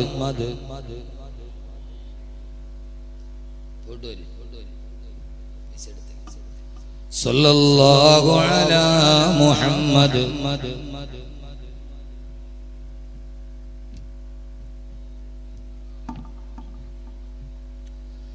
اللهم صل على محمد يا رب صل عليه وسلم. അല്ലാഹുവേ നീ സ്വീകരിക്കണേ അല്ലാഹ്. ഈ സദഖ ചെയ്യുന്ന സഹോദരങ്ങളുടെ ഹലാലായ മുറാദുകൾ ഹാസിലാക്കണേ തമ്പുരാനെ.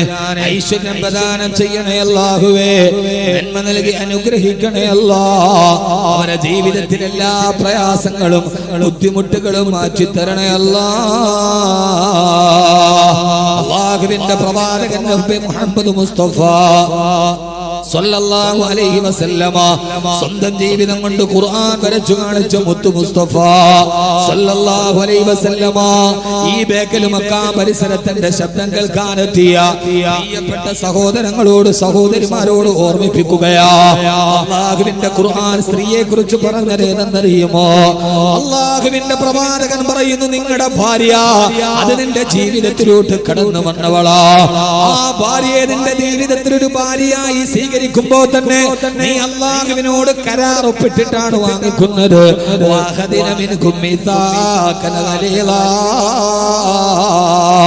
നിക്കാഹിനെ കുറിച്ച് ഖുർആൻ പറഞ്ഞത് അത് ജീവിതത്തിലെ ഏറ്റവും പരിട്ടമായ ഉടമ്പടിയാ.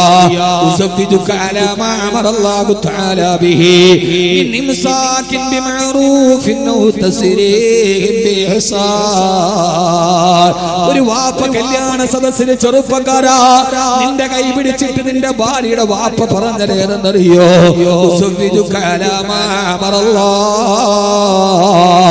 എന്റെ അല്ലാഹു കൽപ്പിച്ചത് കൊണ്ട് എന്റെ പടച്ചറപ്പനോട് ചെയ്യാൻ പറഞ്ഞത് കൊണ്ട് എന്റെ പൊന്നുമോളെ നിനക്ക് ഞാൻ കല്യാണം കഴിച്ചു തരിക.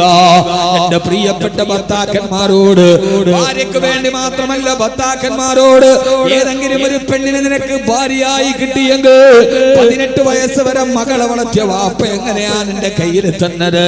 ആ വാപ്പ പറയുന്നുണ്ട് നിക്കാഹ് പറയുമ്പോ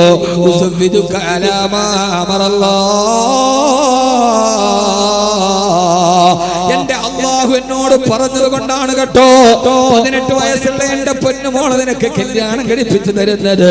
അവൾക്കിനി ഭക്ഷണം കൊടുക്കാൻ എന്റെ വീട്ടിലില്ലാത്തത് കൊണ്ടല്ല, എനിക്ക് അവൾ അധിക ഭാരമായത് കൊണ്ടല്ല, എന്റെ വീട്ടിൽ നിന്ന് അവൾ പുര നിറഞ്ഞ് കിടക്കുന്നത് കൊണ്ടല്ല, ഒരു പരിചയവുമില്ലാത്ത നിന്റെ കൈവെള്ളയിൽ എന്റെ മോളെ ഞാൻ, എന്റെ പൊന്നുമോളെ, എന്റെ കരളിന്റെ കശനമായ പൊന്നുമോളെ ഞാൻ ഏൽപ്പിച്ചു തരുന്നത് എന്റെ റബ്ബനോട് പറഞ്ഞത് കൊണ്ടാ, ഇതെന്റെ റസൂലുള്ളാഹിയുടെ സുന്നത്തായത് കൊണ്ടാ, ഇത് ഹബീബായ നബി മുഹമ്മദ് മുസ്തഫ സല്ലല്ലാഹു അലൈഹി വസല്ലമയുടെ സുന്നത്താണല്ലോ. നിക്കാഹു മിൻ സുന്നത്തി, നിക്കാഹിന്റെ ചര്യയിൽപ്പെട്ടടാ. അല്ലാഹുവിന്റെ പൊരുത്തം കിട്ടാൻ, എന്റെ ഹബീബായ മുത്തു മുസ്തഫാന്റെ സുന്നത്തിന്റെ പ്രതിഫലം കിട്ടാൻ എന്റെ പൊന്നുമോളെ നിന്റെ കയ്യിൽ ഞാൻ തരികയാ. ബിഇംസാകിൻ ബിമഅറൂഫിൻ ഔ തസ്രീഹിൻ ബിഇഹ്സാൻ. എന്റെ മോളുടെ ഭാഗത്ത് നിന്ന് നിനക്ക് ഇഷ്ടപ്പെടാത്ത എന്തെങ്കിലും സ്വഭാവമുണ്ടെങ്കിൽ ഇതേപോലെ എന്റെ മകളെ എനിക്ക് ഇങ്ങ് തിരിച്ചേൽപ്പിച്ചേക്കണം. എന്റെ മകളെ അടിക്കരുത്, എന്റെ മകളെ അപവാദം പറയരുത്. അവള് നിന്റെ പെങ്ങൾക്ക് നിന്റെ ഉമ്മാക്കും കൊത്തി കളിക്കാനുള്ളതല്ല, അമ്മായിയമ്മ പോര് തീർക്കാനുള്ളതല്ല, നാത്തൂമ്പോര് എടുക്കാനുള്ളതല്ല. ഭർത്താക്കന്മാരെ ഞാൻ നിങ്ങളും അടക്കമുള്ള ആളുകൾ നിക്കാഹിന്റെ വേദിയിൽ 100 കണക്കിന് ആളുകളെ സാക്ഷി നിർത്തിയിട്ട് വാപ്പ പറയുന്നുണ്ട് എന്റെ മകളുടെ സ്വഭാവം ഇഷ്ടപ്പെട്ടില്ലെങ്കിൽ ക്ഷമിച്ചേക്കണേ, ക്ഷമിക്കാൻ പറ്റില്ലെങ്കിൽ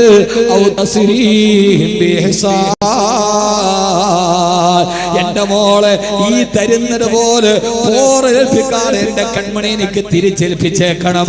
ഈ നിബന്ധന പറയുമ്പോ അപ്പോഴാണോ നീ പറഞ്ഞത് കബിൽതു, ഞാൻ ഈ എഗ്രിമെന്റ് സ്വീകരിച്ചു, ഞാൻ ഈ കരാറിൽ ഒപ്പിടുകയാ. നിങ്ങളുടെ മകളെ ഞാൻ വേദനിപ്പിക്കില്ല, അവളെ ഞാൻ കണ്ണുനീര് കുടിപ്പിക്കില്ല, അവളെ ഞാൻ അടിക്കില്ല, അവളുടെ സ്വാതന്ത്ര്യത്തെ ഞാൻ ഹരിക്കില്ല. ഇതാണ് ഫെമിനിസ്റ്റുകളെ. ഞാൻ പറയുന്നു ലോക ചരിത്രത്തിലേറൊക്കെ മതങ്ങളുണ്ട്.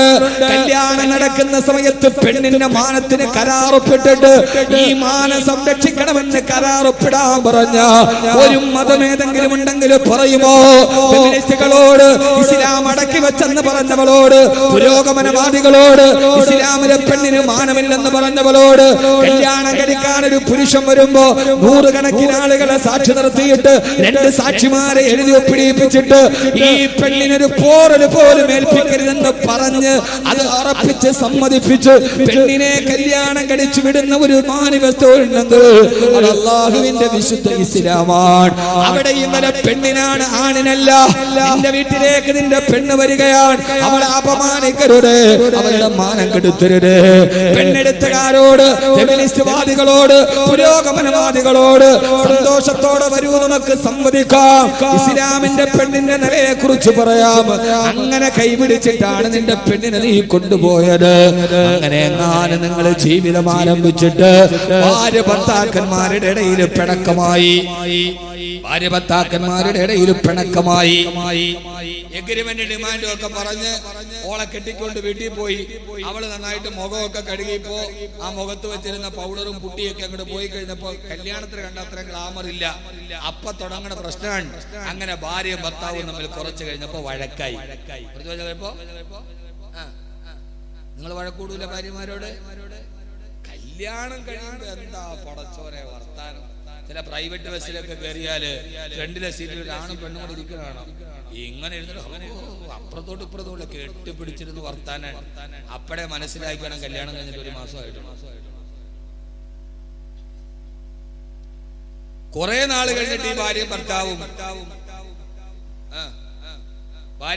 കൂടെ എന്ത് ചെയ്യും? ഇങ്ങനെ കയറിയിട്ട് ഭർത്താവ് പുരുഷന്മാരുടെ സീറ്റിലിരിക്കും, ഭാര്യ സ്ത്രീകളുടെ സീറ്റിലിരിക്കും. നീ അവിടെ പോയിരുന്നു, സ്ത്രീകളുടെ സീറ്റിൽ പുരുഷന്മാർ ഇരുന്നൂടാ, നിയമലംഘനമാണ്. അപ്പോഴേ മനസ്സിലാക്കിയാണ് 3 മാസമായി. ഒരു 6 മാസമാകുമ്പോൾ ബസ് വരുമ്പോൾ ഭർത്താവ് ഫ്രണ്ടിലും ഭാര്യ ഫ്രണ്ടിലും കയറും, ഭർത്താവ് ബാക്കിലും കയറും. അപ്പൊ 6 മാസം. 1 വർഷം ആകുമ്പോൾ ഭർത്താവ് പറയും, നീ ഫസ്റ്റ് ബസ്സിന് പോയിക്കോ, ഞാൻ ലാസ്റ്റ് ബസ്സിന് പുറകെ വന്നേ.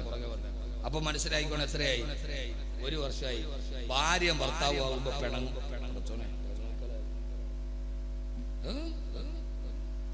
ഭാര്യ ഭർത്താവുമ്പോ പിണങ്ങും. പ്രശസ്ത എഴുത്തുകാരനായ ഡോക്ടർ KM റോയി, അദ്ദേഹത്തിന് ലേഖനമുണ്ട്, ലോകത്തിലെ ഏറ്റവും വലിയ നുണ പറയുന്ന ആളാണ്, ലോകത്തിലെ ഏറ്റവും വലിയ കള്ളമേതാ.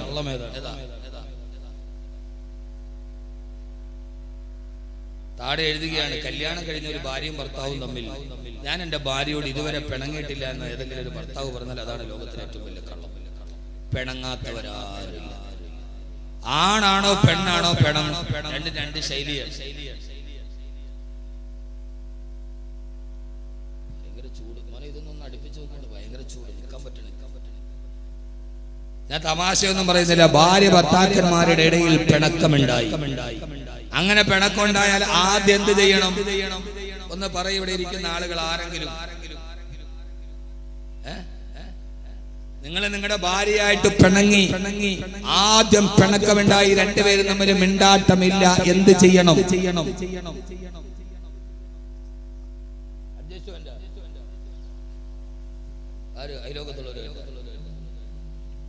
എന്ത് ചെയ്യണം സഹോദര? ഒന്ന് പറയും.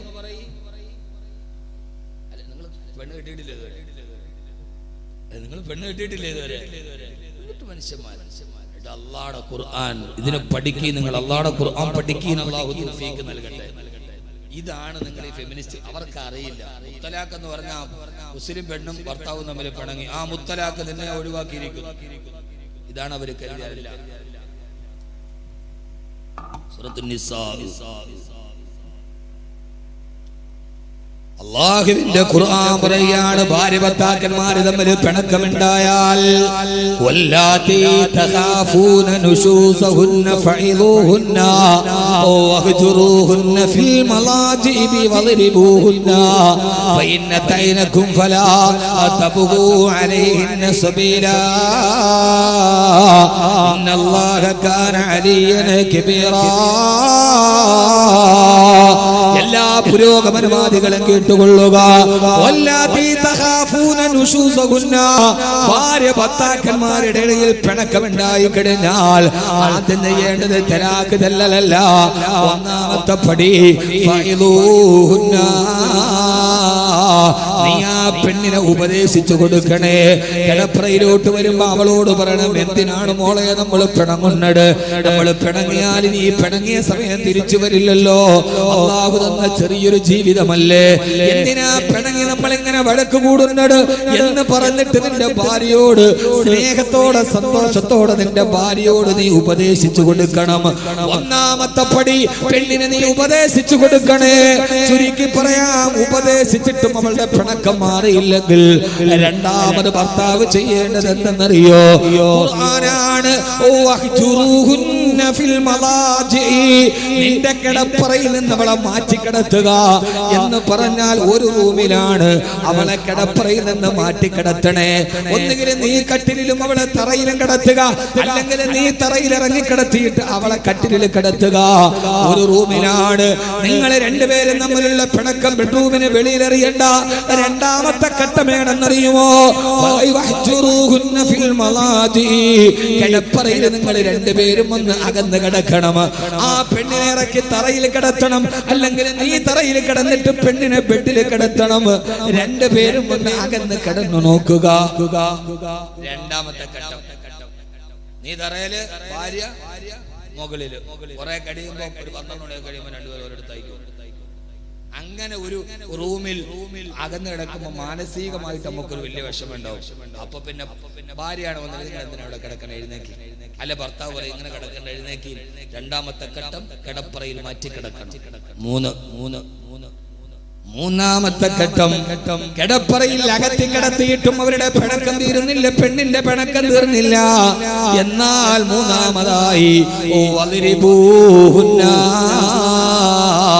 നിന്റെ ഭാര്യയെ നിനക്കൊരു അടി കൊടുക്കാം. ഒരു പ്രാവശ്യം അവൾക്കൊരു അടി കൊടുക്കാം. എങ്ങനെയാണ് അടിക്കേണ്ടത്? അവളുടെ ചെകിട്ടത്തല്ല, അവളുടെ കണ്ണിലല്ല, അവളുടെ മുതുകത്തല്ല. ഖുർആൻ വ്യാഖ്യാതാക്കൾ എഴുതി വെച്ചിട്ടുണ്ട്, തൊലി പൊട്ടാത്ത രീതിയിൽ ഒരു ചെറിയ വടിയെടുത്തിട്ട് ഒരൊറ്റ അടി നിനക്ക് അവളെ അടിക്കാം. പക്ഷെ തൊലി പൊട്ടരുത്, തൊലി പൊട്ടരുത്. ഇത് വേദനിക്കാനുള്ള അടിയല്ല. അഭിമാനബോധമുള്ള ഒരു പെണ്ണിന്, കുടുംബത്തിൽ പിറന്ന പെണ്ണിന്, എന്റെ ഭർത്താവിന്റെ കയ്യിൽ നിന്ന് എനിക്കൊരു അടി കിട്ടിയല്ലോ എന്നവൾ മാനസിക വിഷമമുണ്ടായാൽ അവൾ അടുത്തു വരും. അതുകൊണ്ട് ആ പെണ്ണിനെ നീ അടിച്ചുകൊള്ളുക. പക്ഷേ തൊലി പൊട്ടരുത്, രക്തം വരരുത്, അവൾക്ക് വല്ലാതെ വേദന എടുക്കരുത്, കവിളത്തടിക്കരുത്, നെഞ്ചത്തടിക്കരുത്, മുതുകത്ത് നിന്റെ ഭാര്യ അടിക്കരുത്. അടിക്കാൻ അനുവാദമില്ലടാ ചെറുപ്പക്കാരാ. ഭാര്യയെ കൈകൊണ്ട് ഭാര്യയെ മർദ്ദിക്കുന്നവനേക്കാൾ വലിയ മ്ലേച്ഛനായ പുരുഷ ലോകത്തില്ല. ഈ നെഞ്ചു തിരിച്ചു നിൽക്കുന്ന ഭർത്താക്കന്മാരിൽ ആരെങ്കിലും നിങ്ങളുടെ കൈ നിങ്ങളുടെ പെണ്ണിന് നേരെ ഉയർന്നിട്ടുണ്ടെങ്കിൽ നിങ്ങളെക്കാൾ അതപ്പതിച്ച പുരുഷൻ ലോകത്ത് വേറെയില്ല. പെണ്ണിനെ അടിക്കാൻ അനുവാദമേ ഇല്ല. അങ്ങനെ ഒരു അനുവാദം തന്നാൽ തന്നെ തൊലി പൊട്ടാത്ത രീതിയിൽ അടിക്കാനേ അനുവാദമുള്ളൂ. ഹബീബായ റസൂലുള്ളാഹി സ്വല്ലല്ലാഹു അലൈഹി വസല്ലമ വലംറഅതൻ വലാ ജാരിയ, ഒരു ഭാര്യമാരെയോ വേലക്കാരി പെണ്ണുങ്ങളെ പോലും നിന്റെ ഹബീബായ നബി തങ്ങൾ ജീവിത കാലഘട്ടത്തിൽ അടിച്ചിട്ടില്ല. അതുകൊണ്ട് സ്ത്രീകളെ അടിക്കരുത്, സ്ത്രീയുടെ കണ്ണുനീര് വീടരുത്. സ്ത്രീയെ ഭാര്യ മർദ്ദിക്കുന്നവനേക്കാൾ വലിയ അതപ്പതിച്ചവൻ അവൻ ലോകത്ത് മറ്റാരുമില്ല. നിനക്കടിക്കണമെങ്കിൽ തന്നെ ഒറ്റ അടി അടിക്കാം. മൂന്നാമത്തെ ഘട്ടം, അടി കൊടുക്കാം. അതെന്തിന്? ഒരു പേടിയുള്ളൊരു പെണ്ണ് വല്ല ഭർത്താവ് അടിച്ചല്ലോ പടച്ചോനെ എന്ന് വിചാരിച്ച് അടുത്തേക്ക് വരും. അവിടെ ഖുർആൻ നിർത്തുകയാണ്, സാധാരണ ഒരടി കൊണ്ടാൽ അവൾ വഴിപ്പെടാറാണ് പതിവ്. അവൾ നിനക്ക് വഴിപ്പെട്ടടുത്തേക്ക് വന്നാൽ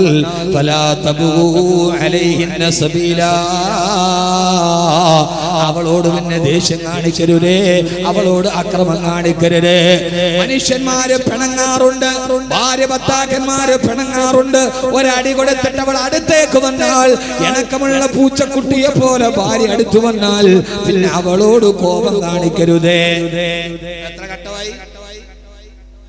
എത്രയായി? ഓ, നിങ്ങൾക്ക് വലിയ ഇഷ്ടം താല്പര്യമൊന്നും ഉണ്ടാവില്ല. 3 ഘട്ടം അല്ലാഹു പറയാണ്. ആദ്യം ഉപദേശിക്കണം, 2 ബെഡിൽ നിന്ന് മാറ്റി കിടക്കണം, 3 ഒരു കൊച്ചടി കൊടുക്കണം. എന്നിട്ടും പിണക്കം തീരാതെ നീണ്ടുപോവുകയാണെങ്കിൽ നാലാമത്തെ പടി, വൈന ഖിഫ്തും ശിഖാഖ ബൈനഹിമാ ഫബഅസൂ ഹകമൻ മിൻ അഹ്ലിഹി വഹകമൻ മിൻ അഹ്ലിഹാ. ഉപദേശിച്ചു നോക്കി, ഇടപ്പുറയിൽ നിന്ന് മാറ്റി കടത്തി ഒരു ചെറിയ അടി കൊടുത്തു. എന്നിട്ടും അവരുടെ പിണക്കം മാറുന്നില്ലെങ്കിൽ ഭാര്യ ഭർത്താക്കന്മാരുടെ ഇടയിൽ പിണക്കം നീണ്ടുപോയാൽ നാലാമത്തെ ഘട്ടം ഏതെന്നറിയോ?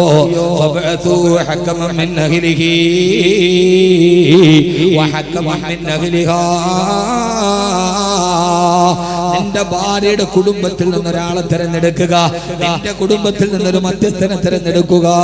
2 പേരുടെയും കുടുംബത്തിലെ മധ്യസ്ഥന്മാര് വഴിയൊരു ചർച്ച നടത്തുക.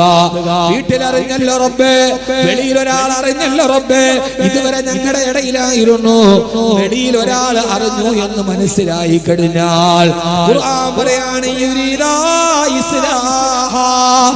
ആ ഭാര്യ ഭർത്താക്കന്മാരിടയിൽ കൂടിച്ചേരണമെന്ന് റബ്ബ് തീരുമാനിച്ചിട്ടുണ്ടെങ്കിൽ മധ്യസ്ഥന്മാരുടെ ചർച്ചയോടുകൂടി ഭാര്യ ഭർത്താക്കന്മാരുടെ പിണക്കം അവസാനിച്ചവരൊന്നിച്ചാകും. എന്നിട്ടും അവസാനിച്ചില്ലെങ്കിൽ, മധ്യസ്ഥന്മാരെ ചർച്ച ചെയ്തിട്ടും അവസാനിച്ചില്ല, എന്നാൽ 5ാമത്തെ പടിയായി ഭർത്താക്കന്മാരെ ആദ്യം അനുവാദമില്ല തലാക്ക് പറയാൻ ഉപദേശിക്കണം, ആറ്റിക്കടത്തണം, അടി കൊടുക്കണം, പൊട്ടാത്ത അടി, പിന്നെ മധ്യസ്ഥന്മാരെ കൊണ്ട് ചർച്ച നടത്തണം. 4 ചെയ്തിട്ടും ഈ പിണക്കം തീർന്നില്ലെങ്കിൽ അടുത്തതായി നീ എന്ത് ചെയ്യണം? അടുത്തായിട്ട് എന്ത് ചെയ്യണം? അടുത്തതായിട്ട് നീ അവളോട് ഒരു തലാക്ക് ചൊല്ലണം. അഞ്ചാമതാണ് തലാഖ് വരുന്നത്. ആളുകളോട് പറഞ്ഞു കൊടുക്കും നിങ്ങൾ, സ്ത്രീപക്ഷവാദികളോട് പറയും നിങ്ങൾ, ഫെമിനിസ്റ്റുകളോട് സഹോദരിമാരോട് നിങ്ങളുടെ തെറ്റിദ്ധാരണയാണെങ്കിൽ മുത്തലാഖ് എന്ന് പറഞ്ഞാൽ 3 തലാഖ് ചൊല്ലിയിട്ട് വിടാനല്ല. വിവാഹമോചനത്തിന് ഖുർആൻ പറയുന്ന മാനദണ്ഡം 5ാമത് നീ 1 തലാഖ് ചൊല്ലണേ. തലക്ക് തുക്കി നിന്നെ ഞാൻ തലാഖ് ചൊല്ലി 2 പറയരുത്. 1ാമത്തേത് പറയണം, നിന്നെ ഞാൻ തലാഖ് ചൊല്ലിയിരിക്കുകയാണ്. എന്തിനെന്നറിയുമോ? എന്തിനാണ് 1 തലാഖ് പറയുന്നത്? ആ തലാഖ് പറഞ്ഞു കഴിഞ്ഞാൽ ഭാര്യ ഭർത്താക്കന്മാർ തമ്മിൽ തലാഖായി. അവളുടെ 1 മാസത്തെ ശുദ്ധിയുടെ കാലഘട്ടം കഴിഞ്ഞാൽ, ആ ശുദ്ധിയുടെ കാലഘട്ടം കഴിയുന്നതിന് മുമ്പ് ഇവര് 2 പേരും തമ്മിൽ 1 തലാഖ് ചൊല്ലി മാറി 2 പേരും തലാഖിൽ 2 വീട്ടിലായി. അപ്പോഴാണല്ലോ പടച്ചവനെ, എന്റെ ഭാര്യ ഇല്ലാതെ എനിക്ക് ജീവിക്കാൻ കഴിയില്ല, എന്തൊക്കെ വട കൂടിയാലും എന്റെ ഭർത്താവില്ലാതെ എനിക്കില്ല റബ്ബേ എന്ന് മനസ്സിന് തോന്നിയിട്ട് തിരിച്ചൊന്നിച്ചു കൂടണമെന്ന് തീരുമാനിച്ചാൽ അവളുടെ ശുദ്ധി തീരുന്ന കാലഘട്ടത്തിന്റെ ഇടയിലാണ് ഈ തോന്നലുണ്ടായതെങ്കിൽ ഭർത്താവ് പോയിട്ട് കതിറച്ചെടുത്തുക്കി നിന്നെ ഞാൻ തിരിച്ചെടുത്തു എന്നൊരൊറ്റ വാക്ക് പറഞ്ഞാൽ മതി, അവരെ 2 പേരും തമ്മിൽ വിവാഹബന്ധം സ്ഥാപിക്കപ്പെടും. അപ്പോ അവളുടെ 1 പീരീഡ് കഴിയുന്നതിന്റെ ഇടയിൽ 2 പേരും 2 വീട്ടിലായി. പടച്ചോനെ, 2 വീട്ടിലാകുമ്പോഴേ അറിയൂ. നമ്മളിപ്പോ ഭാര്യയോട് പറയും, പണ്ടാരം നീ നിന്റെ വീട്ടിൽ പോയി ഒരാഴ്ച നിൽക്കണേ, ഞാൻ ഇത്തിരി സ്വാതന്ത്ര്യത്തോടെ വളർക്കട്ടു. നിന്റെ വീട്ടിലും പോകില്ല. പക്ഷേ വീട്ടിലോട്ട് പോയി ഉച്ചക്ക് ചോറുണ്ണാൻ നേരത്ത് ആരും ഇല്ലാതെ ഇങ്ങനെ ഇരിക്കുമ്പോഴാ പടച്ചോനെ ഇത് കുറഞ്ഞല്ലോ അല്ലാഹുവേ, 1 ദിവസം അതുങ്ങളില്ലാതെ നിങ്ങൾ ജീവിക്കൂല. ഉറപ്പൻ. എന്ത് വഴക്ക് വന്നാലും ഭാര്യ ഒരു ദിവസം വീട്ടിൽ പറഞ്ഞു വിട്ടു, 1 ദിവസം കഴിയുമ്പോ അവളില്ലാതെ ജീവിക്കാൻ പറ്റും. അപ്പൊ ഈ പിണങ്ങിയിട്ട് 1 തലാഖ് ചൊല്ലിയാൽ ഇതിന്റെ ഇടയിൽ കൂടിച്ചേരണമെന്ന് ആഗ്രഹമുണ്ടെങ്കിൽ ഞാൻ തിരിച്ചെടുത്തു എന്ന് പറഞ്ഞാൽ മതി.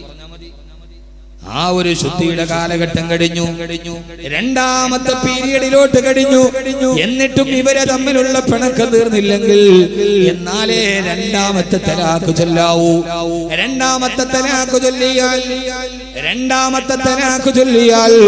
ആ 2ാമത്തെ തലാഖിന്റെ ഉള്ളിൽ തിരിച്ചെടുക്കണമെന്ന ബോധ്യമുണ്ടായാൽ പിന്നെ തലാഖ് അല്ല, പിന്നെ നിക്കാഹ് പുതുക്കിയെടുത്താൽ മതി. ഒന്നുകൂടി നിക്കാഹ് ചൊല്ലുക, എന്നിട്ട് ഭാര്യയെ തെരഞ്ഞെടുക്കുക. എന്നാലും 3ാമത്തേത് പറയരുതേ. 3ാമത്തേത് പറയാതെ കാത്തിരിക്കണം. 1 പറഞ്ഞിട്ട് കാത്തിരിക്കണം, 2 പറഞ്ഞും കാത്തിരിക്കണം. തിരിച്ചു വരുമോ എന്ന് ഏതാണ്ട് 10-60 ദിവസത്തോളം കാത്തിരുന്ന് ഇനി ഒരിക്കലും ഒന്നിക്കില്ലെന്ന് ഉറപ്പ് വരുമ്പോഴേ 3ാമത്തെ തലാഖ് വരൂ. അപ്പോഴേ പരിപൂർണമായി ഭാര്യ ഭർത്തൃബന്ധം കൂടിച്ചേരാൻ കഴിയാത്ത രീതിയിൽ തിരിച്ചു പോകൂ. ഇങ്ങനെയാണ് തലാഖ്. ഇങ്ങനെയാണ് തലാഖ്. എന്റെ പെണ്ണെ, അവിടെയും സംരക്ഷണം നിനക്കാണ്. ഒറ്റ വാക്കിൽ ഏതോ സിനിമക്കാരൻ പറഞ്ഞതുപോലെ കെട്ടി ഒടിഞ്ഞ് വീണ്ടും കെട്ടി നിന്റെ ആഗ്രഹം പൂർത്തീകരിക്കാനല്ല, നിന്റെ ഭാര്യയെ ഒഴിവാക്കണമെങ്കിൽ പോലും ഈ കടമ്പകൾ കഴിയണം എന്ന് ലോകത്തോട് പറഞ്ഞു കൊടുത്തു. അല്ലാഹുവിന്റെ ഖുർആനിൽ ആയത്തിറങ്ങി. ഖുർആനിൽ പെണ്ണിന്റെ അവകാശത്തെ കുറിച്ച് ആയത്തിറങ്ങി.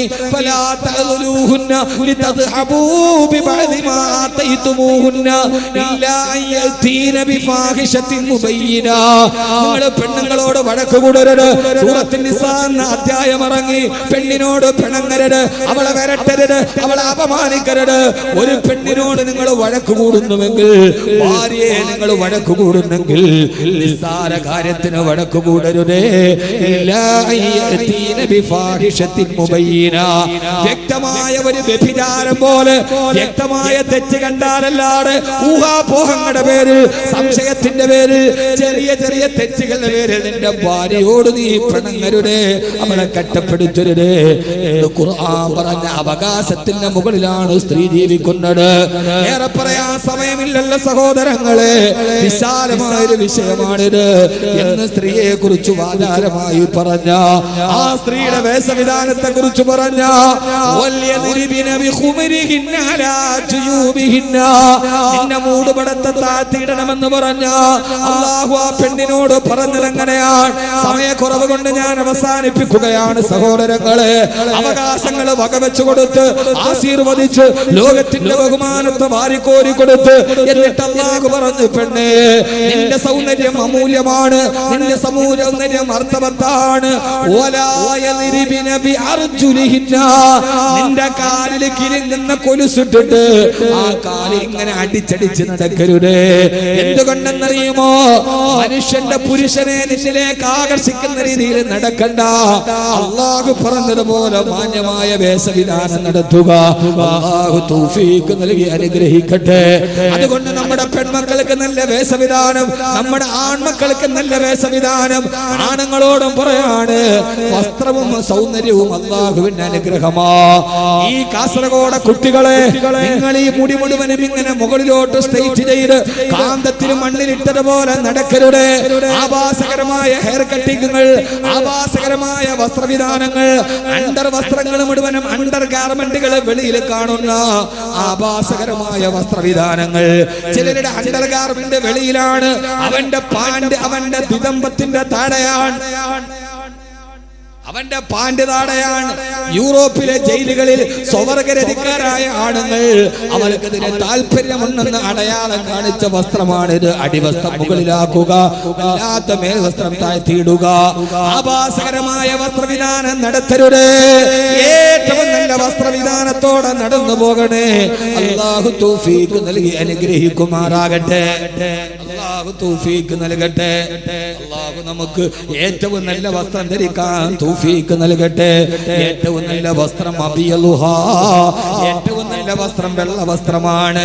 കാസർഗോഡ് ചെറുപ്പക്കാരെ, ജുമയ്ക്ക് വരുമ്പോ ഈ ആഭാസത്തിന്റെ വസ്ത്രം മാറ്റ്, ഈ ടീഷർട്ട് മാറ്റ്. ഏറ്റവും നല്ല വെള്ള വസ്ത്രം അണിഞ്ഞിട്ട് തൊപ്പി വെച്ച് ജുമയ്ക്ക് പള്ളിയിലേക്ക് വരിക.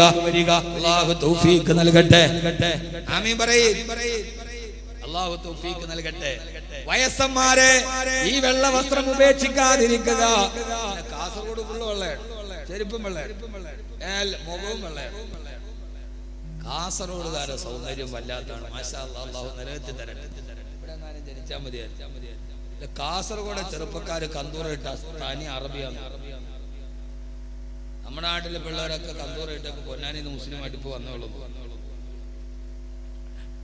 കാസർഗോഡ് ചുള്ളമാര് ദുബൈയിലൊക്കെ പോയി നല്ല കാസർഗോഡ് അറബിയാണോ അനറബിയാണോ എന്ന് പറയാൻ പറ്റും.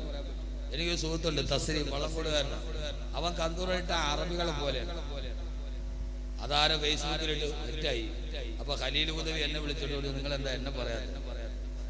ഖലീൽ ഉദവി മുഞ്ചന, നിങ്ങൾ തസ്രീമിനെ മാത്രം പറഞ്ഞ എന്താ എന്നെ പറയാത്ത? തമാശ പറഞ്ഞ. അല്ലാഹു സൗന്ദര്യം നിലനിർത്തി തരട്ടെ. ുണ്ട് കൊച്ചുകുട്ടികളുണ്ട്. എല്ലാ നിസ്കാരത്തിനും നല്ല വസ്ത്രം ധരിച്ചു വരണം. മഴയ്ക്ക് വേണ്ടി നിസ്കരിക്കുമ്പോ താഴ്ന്ന വസ്ത്രം ധരിക്കണം. അല്ലാഹുവിന് കനിവുണ്ടാവാൻ പറഞ്ഞ വസ്ത്രം ധരിച്ചു മദീനയിലെ മുഴുവൻ ആളുകളും മദീനയിൽ വന്ന് മഴയ്ക്ക് വേണ്ടി മരുഭൂമിയിൽ നിസ്കരിച്ചു അത്രേ. പക്ഷേ മദീനയിലും മഴ പെയ്തില്ല. നിസ്കരിക്കാൻ പോയി. അവിടെ ഞാൻ സാധാരണ നിസ്കരിക്കുന്ന ഒരു സ്ഥലമുണ്ട്. രാത്രി ഞാൻ ഇശാ നിസ്കരിച്ചുകൊണ്ട് പള്ളിയിലിരിക്കും. അല്ലാഹുവിന്റെ അടുക്കലേക്ക് കൈകൾ ഉയർത്തി ദുആ ചെയ്യുകയാ. മഹാനവറുകൾ പറയുകയാണ്, ഞാൻ അടുത്ത് കിടന്ന് ഉറങ്ങുകയാണെന്നാണ് ഇയാൾ കരുതിയത്. ഞാൻ നോക്കിയപ്പോ ഒരു കറുകറുത്ത അടിമ, ഒരു പകുതി വസ്ത്രം ധരിച്ച അടിമ, അയാളുടെ മുകളിൽ കിടത്ത് മുണ്ടെടുത്ത് മുസല്ലയിലോട്ട് ഇട്ടിട്ട് 2 റക്അത്ത് നിസ്കരിച്ചു.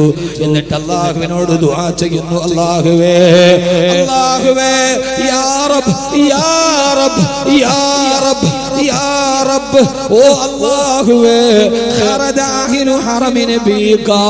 നിന്റെ ഹബീബായ നബി തങ്ങളുടെ കുടുംബക്കാർ മുഴുവനും ഇന്ന് നിന്നോട് വന്ന് ദുആ ചെയ്തുവല്ലോ. അവരും മഴയ്ക്ക് വേണ്ടി നിന്നോട് താണു കേണു ചോദിച്ചല്ലോ. നീ അവർക്ക് മഴ കൊടുത്തില്ലല്ലോ അല്ലാഹ്. നിന്റെ ഹബീബായ നബി തങ്ങളുടെ കുടുംബക്കാര് പോലും ചോദിച്ചിട്ട് നീ മഴ കൊടുത്തില്ലല്ലോ റബ്ബേ. അല്ലാഹുവേ, നിന്റെ പേരിൽ സത്യം ചെയ്തിട്ട് ഞാൻ പറയാണ്, അല്ലാഹുവേ ലമ്മാ സഖൈതഹും, നീ അവർക്ക് ഇപ്പോ തന്നെ മഴ കൊടുക്കണേ അല്ലാ. ഞാൻ നിന്നിൽ സത്യം ചെയ്ത് പറയുന്നു അല്ലാഹുവേ, നിന്നിൽ സത്യം ചെയ്ത് പറയുന്നു റബ്ബേ, ഇപ്പൊ തന്നെ നീ അവർക്ക് മഴ കൊടുക്കണം അല്ലാഹുവേ. മഹാനവറുകൾ പറയാണ്, ഞാൻ അടുത്തിരുന്ന് ചിരിച്ചു പോയി. ഞാൻ മനസ്സിൽ ചിന്തിച്ചു, മജ്നൂന് ഭ്രാന്തൻ, ഈ മനുഷ്യൻ എന്താണ് പറയുന്നത്? ഇന്ന് പകൽ അല്ലാഹുവിന്റെ റസൂലിന്റെ കുടുംബക്കാരും ഹബീബായ നബി തങ്ങളുടെ കുടുംബത്തിൽപ്പെട്ട അഹ്ലു ബൈത്തും സഹാബത്തും താബീങ്ങളും അടക്കമുള്ള അല്ലാഹുവിനോട് ഏറ്റവും അടുത്തവര് കൈ കുടഞ്ഞ് ദുആ ചെയ്തിട്ട് മഴ പെയ്തില്ല. ഈ വടകരത്തെ അടിമ രാത്രി വന്നിട്ട് പറയുന്നു, റബ്ബേ ഞാൻ നിന്നോട് സത്യം ചെയ്ത് പറയാണ്, മദീനയിലും മഴ പെയ്യിപ്പിക്കണേ അല്ലാ. ഇവനൊരു ഭ്രാന്തനാന്ന് ഞാൻ മനസ്സിൽ വിചാരിച്ചു തോന്നില്ല. ആകാശത്തും മദീനയുടെ ആകാശത്ത് ഇടിമുഴക്കത്തിന്റെ ശബ്ദം കേട്ടു. മിന്നൽ പിണരുകൾ ജനാലയിലൂടെ പിളർന്ന് ഭൂമിയിലേക്ക് വീഴുന്നത് ഞാൻ കണ്ടു. മദീനയിലും മഴ അങ്ങോട്ട് തിമിർത്ത് പെയ്യാൻ തുടങ്ങി. സഹോദരങ്ങളെ, അവിശ്വസനീയമല്ല, മദീനയിലും മഴ തിമിർത്തങ്ങോട്ട് പെയ്യാൻ തുടങ്ങി. മാനവരകൾ പറയാണ്, ഈ മനുഷ്യ ദുആ ചെയ്തപ്പോ അങ്ങനെയാണ്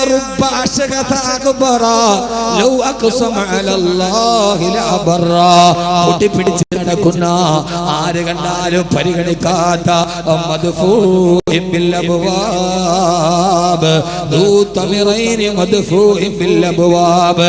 ആരുടെ വീടിന്റെ മുമ്പിൽ വന്നാൽ ആട്ടി ഓടിക്കപ്പെടുന്ന, ആരും ഒരു വിലയും കൊടുക്കാത്ത എത്ര എത്ര സാധുക്കളാണ്.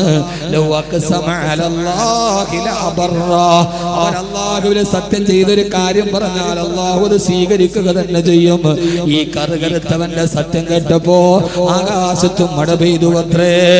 മാനവറുകൾ പറയാണ്, ഈ മഴ അങ്ങോട്ട് പെയ്യാൻ തുടങ്ങിയപ്പോ ഈ കാപ്പിന് അടിമ ചോദിച്ച, അല്ലാഹുവേ യാ മൻ അന, ഞാൻ ആരാണ് റബ്ബേ, ഞാൻ ആരാണ് റബ്ബേ, മഴ കൊടുക്കണമെന്ന് പറഞ്ഞപ്പോ ആകാശത്തിന്റെ അധിപതിയെ, മദീനക്ക് മഴ കൊടുക്കാൻ മാത്രം ഞാൻ ആരാണ് അല്ലാഹ്, ഞാൻ ആരാണ് റബ്ബേ. വഇന്നി ഖുത്തു ബിഹംദിക വബിതൂലിക. അദ്ദേഹം സുബ്ഹി വരെ അവിടെ ഇരുന്നിട്ട് അൽഹംദുലില്ലാഹ് അൽഹംദുലില്ലാഹ് അൽഹംദുലില്ലാഹ് ഹബീബായ നബി തങ്ങളുടെ അഹ്ലു ബൈത്തും സഹാബത്തും ചെയ്തിട്ട് പോലും കിട്ടാത്ത മഴ നീ എനിക്ക് തന്നല്ലോ റബ്ബേ. സുബ്ഹി വരെ അദ്ദേഹം ദുആ ചെയ്തു. മഹാനവറുകൾ പറയാണ്, പിറ്റേ ദിവസം രാവിലെ ഞാൻ അദ്ദേഹത്തിന്റെ വീട് അന്വേഷിച്ച് യാത്രയായി. ആരാണ് ഇയാൾ? ഈ മഹാനവറുകൾ ആരാണ്? അന്വേഷിച്ച് പോയപ്പോഴാണ് പറഞ്ഞത്, അയാളാ നാട്ടിലെ ചെരുപ്പ് കുത്തിയാൻ, അയാളാ നാട്ടിലെ ചെരുപ്പ് കുത്തിയാൻ. വഴിയരികിലൂടെ നടന്നു പോകുന്ന വലിയവന്റെ ചെരുപ്പ് തേച്ചു കൊടുക്കുന്ന ചെരുപ്പ് കുത്തി. കറുകരത്താടിമ എന്ന മേൽവസ്ത്രമണിഞ്ഞവൻ. ഞാൻ അദ്ദേഹത്തിന്റെ വീട്ടിലേക്ക് പോയി. അകത്ത് കടന്നപ്പോ അദ്ദേഹം അവിടെ ഇരുന്ന് ദിക്ർ ചെല്ലുകയാണ്. ഞാൻ അദ്ദേഹത്തോട് സലാം പറഞ്ഞു. ആരാണ് നിങ്ങൾ? ആരാണ് നിങ്ങൾ? അപ്പൊ ഞാൻ അദ്ദേഹത്തോട് ചോദിച്ചു, ഞാൻ അദ്ദേഹത്തിന് നേരെ ചൂണ്ടിയിട്ട് ചോദിച്ചു, അലസ്ത സാഹിബു ബാരിഹത്തുൽ ഊലാ. അന്ന് രാത്രിയിൽ, ഇന്നലെ രാത്രിയിൽ വന്ന് മദീനത്തെ പള്ളിയിലിരുന്ന് മഴയ്ക്ക് വേണ്ടി ദുആ ചെയ്ത ആളല്ലയോ നിങ്ങൾ? ഇത് കേൾക്കേണ്ട താമസം ചെരുപ്പ് കുത്തി. അദ്ദേഹത്തോട് ചോദിച്ചു, ആര് പറഞ്ഞു? ആര് പറഞ്ഞു നിങ്ങളോട്? നിങ്ങൾ എന്തിനാണ് എന്റെ അടുക്കൽ ഇരുന്നത്? ഞാൻ ദുആ ചെയ്തത് കേട്ടത്, എന്റെ രഹസ്യം എന്തിനാണ് പൊളിച്ചത്? ഞാനാണ് നിങ്ങളോട് ആരോട് പറഞ്ഞു? നിങ്ങൾ എന്തിനത് കേട്ടു? എന്തിന് നിങ്ങൾ എന്നെ തേടി എന്റെ വീട്ടിൽ വന്നു? നാട്ടുകാരെ അറിയിക്കാനോ? ഇറങ്ങിപ്പോ, ഇറങ്ങിപ്പോ, ഇറങ്ങിപ്പോ. അയാൾ എന്നെ ആട്ടി ഓടിക്കാൻ തുടങ്ങി. ചോദിച്ച ഉടനെ അദ്ദേഹത്തിന്റെ ചോദ്യങ്ങൾ നേരിടാൻ കഴിയാതെ ആ വീട്ടിൽ നിന്ന് ഞാൻ ഇറങ്ങി ഓടി. അത് ഞാനല്ല. ആര് പറഞ്ഞു നിങ്ങൾക്ക് തെറ്റിപ്പോയതാണ്? ഞാൻ പേടിച്ച അദ്ദേഹത്തിന്റെ വീട്ടിൽ നിന്ന് വെളിയിലോട്ട് ഇറങ്ങി. പിറ്റേ ദിവസം അന്ന് രാത്രി അദ്ദേഹത്തെ പള്ളിയിൽ കണ്ടില്ല. രണ്ടാമത്തെ ദിവസവും കണ്ടില്ല. മൂന്നാമത്തെ ദിവസവും മദീനത്തെ പള്ളിയിൽ ഞാൻ ആ മഹാനെ പ്രതീക്ഷിച്ചിരുന്നു, കണ്ടില്ല. അവസാനം അന്വേഷിച്ച് ഞാൻ വീണ്ടും ആ വീട്ടിൽ പോയപ്പോ നാട്ടുകാര് അയൽവക്കക്കാരനോട് പറഞ്ഞു, എന്തിനാണ് നിങ്ങൾ അദ്ദേഹത്തെ അന്വേഷിച്ച് ഈ വീട്ടിൽ വന്നത്? നിങ്ങളന്ന് വന്നിട്ട് പോയതിന്റെ തൊട്ടുപിറകെ പാണ്ഡവും കെട്ടിപ്പെറുക്കിയിട്ട് അദ്ദേഹം എവിടേക്കോ പോയി കളഞ്ഞു. ഞങ്ങൾ പോയ ഉടനെ അദ്ദേഹം ആ പാണ്ഡവും കെട്ടി എവിടേക്കോ പോയി കളഞ്ഞു. ആളുകൾ അറിയില്ലേ? ആളുകൾ അറിഞ്ഞാല് നാടറിയില്ലേ? നാടറിഞ്ഞാല് ലോകത്ത് പ്രസിദ്ധിയാവില്ലേ? അവര് വന്ന് കെട്ടിപ്പിടിച്ചു മുത്തിയും നിന്നാല് പടച്ചറപ്പിനോട് ഇബാദത്ത് ചെയ്യാൻ സമയമുണ്ടാവില്ലല്ലോ. എന്റെ പ്രിയപ്പെട്ട സഹോദര സഹോദരി, ലൗലാ ശുയൂഖുൻ ലില്ലാഹി റുക്കഉ വസിബിയത്തും മിനൽ തമാറുല്ലഉ വമുഹ്മലാത്തുന ലിൽഫലാതി റുത്തഉ വസിബിയത്തും മിനൽ തമാറുല്ലഉ. ഇതുപോലെ തഖ്വയുള്ള പാവപ്പെട്ട കാരണവന്മാർ, പാവപ്പെട്ട ഔലിയാക്കൾ, സൂഫിയാക്കൾ, ഇവരൊക്കെ ഉള്ളത് കൊണ്ടാണ് ഇന്ന് നമ്മളൊക്കെ ഈ ഇവിടെ വെള്ളം കുടിച്ചു പോകുന്നത്, നമ്മൾ ഭക്ഷണം കഴിച്ചു പോകുന്നത്. അതുകൊണ്ട് അവരുടെ വഴിയിലൂടെ സഞ്ചരിക്കുക, അവരെ പിൻപറ്റുക, ജീവിതത്തിൽ നല്ലവരായി ജീവിക്കുക. പണവും സമ്പത്തും ആരോഗ്യവും നഷ്ടപ്പെടുമെന്ന് ഓർക്കുക. ഖത്തർ സാലിഹാദി നാളെ അറിയപ്പെടുന്നത് അദ്ദേഹത്തിന്റെ പേരിലെ ഖത്തർ കൊണ്ടല്ല, ഇപ്പുറത്തുള്ള ഹാജി അഹ്മദ് കൊണ്ടല്ല. ആ മനുഷ്യൻ വെച്ചു കൊടുത്ത പള്ളികൾ, അദ്ദേഹം വെച്ചു കൊടുത്ത ചൈക്കാവുകൾ, അദ്ദേഹം വെച്ചു കൊടുത്ത മദ്രസകൾ മരിച്ചു മണ്ണിന്റെ അടിയിൽ കിടക്കുമ്പോഴും ആ മനുഷ്യനെ അറിയപ്പെടുന്നത് ഇന്നയാള് വെച്ചു കൊടുത്ത പള്ളിയാണ്, ഇന്നയാള് വെച്ചു കൊടുത്ത മദ്രസയാണ്. അതുകൊണ്ട് അല്ലാഹു നമുക്കൊരായുസ് തന്നിട്ടുണ്ട് മുഅ്മിനീങ്ങളെ. എപ്പോഴാണ് മരിക്കുന്നതെന്ന് നമുക്ക് അറിയില്ലല്ലോ. ലക്കൽ മുദാവി വൽ മുദാവാ വല്ലദീ ജലബതവാബഹു വൽ മുഷ്തരി. എപ്പോ മരിച്ചു പോയാലും നമ്മൾ ഈ ലോകത്ത് ജീവിച്ചിരുന്നു എന്നതിന് അടയാളം ഉണ്ടാവണം. അല്ലാഹു തൗഫീഖ് നൽകട്ടെ, അല്ലാഹു തൗഫീഖ് നൽകട്ടെ, അല്ലാഹു തൗഫീഖ് നൽകട്ടെ.